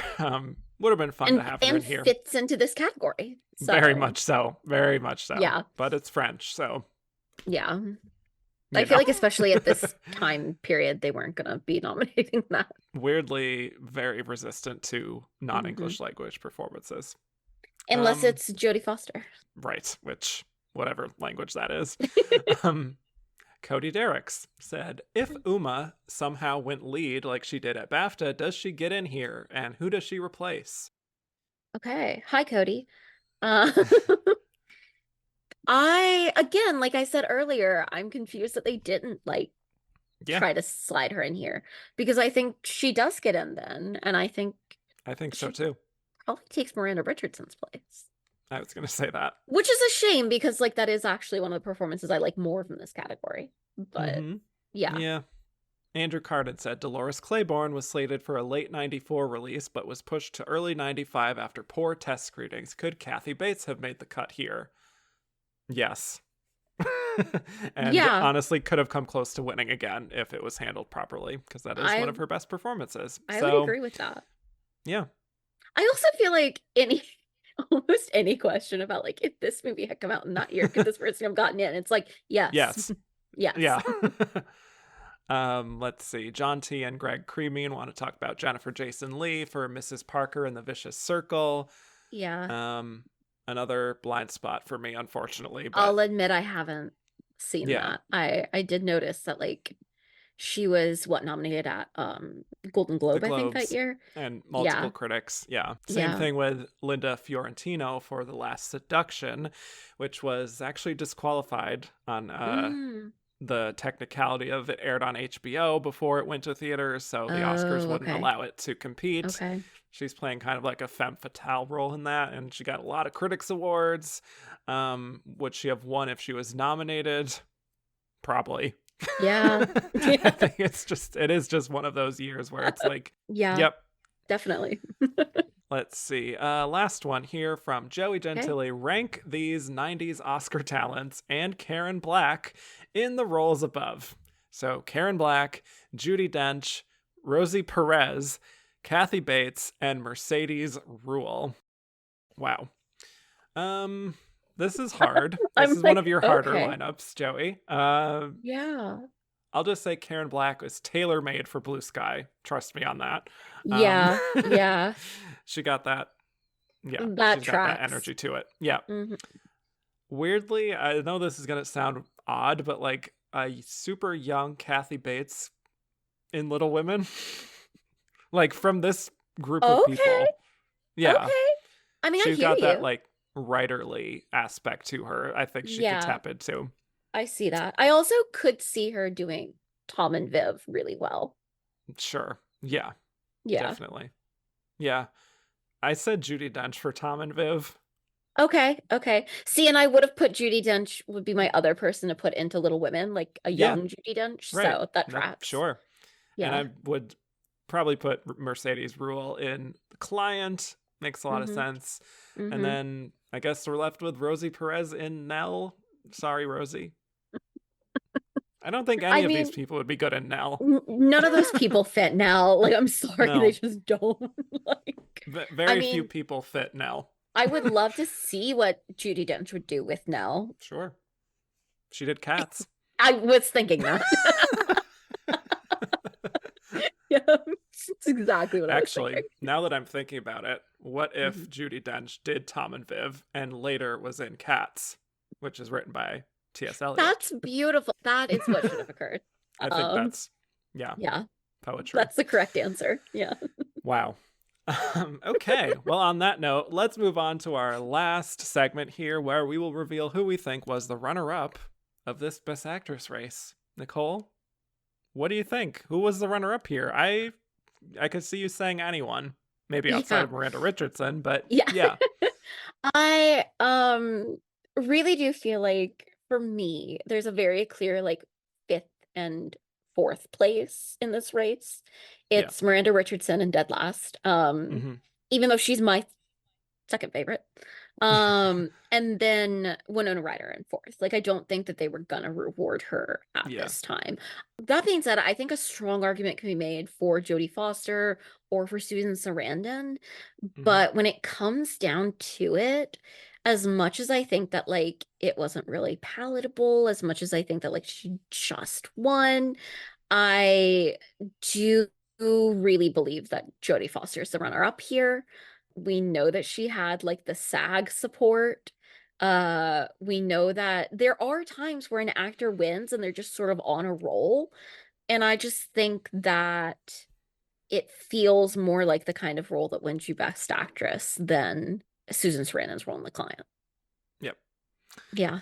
I completely agree Okay. entirely with all of that. The logic is sound. I think Yeah. I really do think that even though Jodie Foster's won 2 Oscars, that Mhm. role is such bait for actors Yes. especially. And I do think she probably did have a lot of like admirers in the industry of being like, here's this young actress. She's won 2 Oscars. She's proved herself. We've known her since she was a kid. Here she is now directing and producing and challenging Yeah. herself once again with this role and doing something totally out of the box. I think she got some votes. I really do. I Yeah. think she got more than a few votes. I'll say I that. I don't wonder think how this was a close it runaway for was. Jessica. Yeah, Yeah. exactly. But I also like I think it's equally hard to like fully make the argument that it would have like if not Jodie Foster, then I guess Susan Sarandon. But Right. like I really cannot imagine a world in which they pick that over Jodie Foster and Jessica Lange. Exactly. Yeah, Like, I yeah. agree. They were the 2 showiest performances if Mhm. you're taking out Miranda Richardson, who's also showy, but the film isn't as Right. big. So, Yeah. Yeah. yeah, well, final question. I already know your answer, but just to put it on the record, who would you have Yep. voted for from this lineup? I would have voted for Winona Ryder, though I will say I would have sincerely thought about voting for Miranda Richardson. Yeah. So it would have been between the 2 who had no chance. In other Literally, words, I'm like, so my vote wouldn't have mattered. Like, it does happen that way sometimes. yeah. What about Yeah. you? I would also have voted for Winona Ryder, so at least she would have 2 votes. I think it's Yeah. a little bit. I know this sounds horrible. It's a little bit process of elimination, honestly, No, because like yeah. I think Winona's really good in Little Women. I just don't know if there was a super duper strong performance in the lineup, if I wouldn't have maybe picked that other person over Winona Yeah. in most I cases. also But I think if I was a voter in this year, I would have been like, okay, I loved her in Beetlejuice and Heathers, loved her in The Age of Innocence, probably would have voted for her in The Age yeah, of Innocence. And I would have been like, give her the Oscar, damn it. give her the damn Oscar, even though she's Literally young. me. Yeah. Yeah. But I do think like she was young, but she had been a presence in the industry for a while Oh, yeah. already. So, Hmm. it's kind of the Saoirse Ronan of it, where it's like she's young, but not that young. Like she's been That's true. around. She's not new to Yeah. the scene. Yeah. But yeah, I think also let's be real. If it says as Joe March, I'm gonna check yes. Yeah. That's an Yeah. easy one for you. Yeah. Yeah. Although my number 2 might surprise you. Is it Jessica Lange? It's Jessica Lange. I hate There to it say it, but is. it is. No, I mean that's fair though, because I see it. I get it. Yeah. I've Yeah. talked about it. She had a lot of fun, and she carried a movie that barely exists. She's my 3. So, okay, fair enough. Yeah. I'll take it. So there you go. I think that would mean that I wouldn't have given Jessica Lange an Oscar at any point for any of her nominations. I hate to say it, but sorry, Jessica. Yeah. Anyway, thank you, Nicole. This was a lot of fun, and I always love breaking down really any Best Actress lineup with you, as this demonstrates. So thank you so much also for watching these movies. I know that it was a little bit of a struggle, but thank you. Thank you so much for having me. I love to talk about these, and I am always willing to watch a questionable movie if it means getting to come on here and talk about it. That means a lot. Yes, well, tell people where they can find more of you on the internet. Yeah, you can find me on Twitter, Instagram, Letterboxd at Nicole Ackman 16, and you can find my work at FF2 Media, at Awards Watch, and over on Culture Cabinet, which is www.culturecabinet.com, where Dan Baer, Lex Williams, and I are doing a lot of reviewing, not just movies, but also TV, music, books. I reviewed an opera the other day. Wow. So truly all the arts. All sorts of culture. Yeah. I love it. Thank you all so much for listening. You can find me at Kevin_Jacobson, shows at Oscar Runner Up, Instagram at And the Runner Up is. Rate, review, and subscribe if you haven't already. And if you liked what you heard and want to hear more, go to patreon.com/andtherunnerup is, where you can hear a whole bunch of bonus episodes. Next week, we'll be breaking down the Best Actress lineup of 1995, where the nominees were Susan Sarandon in Dead Man Walking, Elizabeth Shue in Leaving Las Vegas, Sharon Stone in Casino, Meryl Streep in The Bridges of Madison County, and Emma Thompson in Sense and Sensibility, with the winner being Susan Sarandon. It's finally her time. So with that, thanks again, Nicole. And I will bid you all adieu.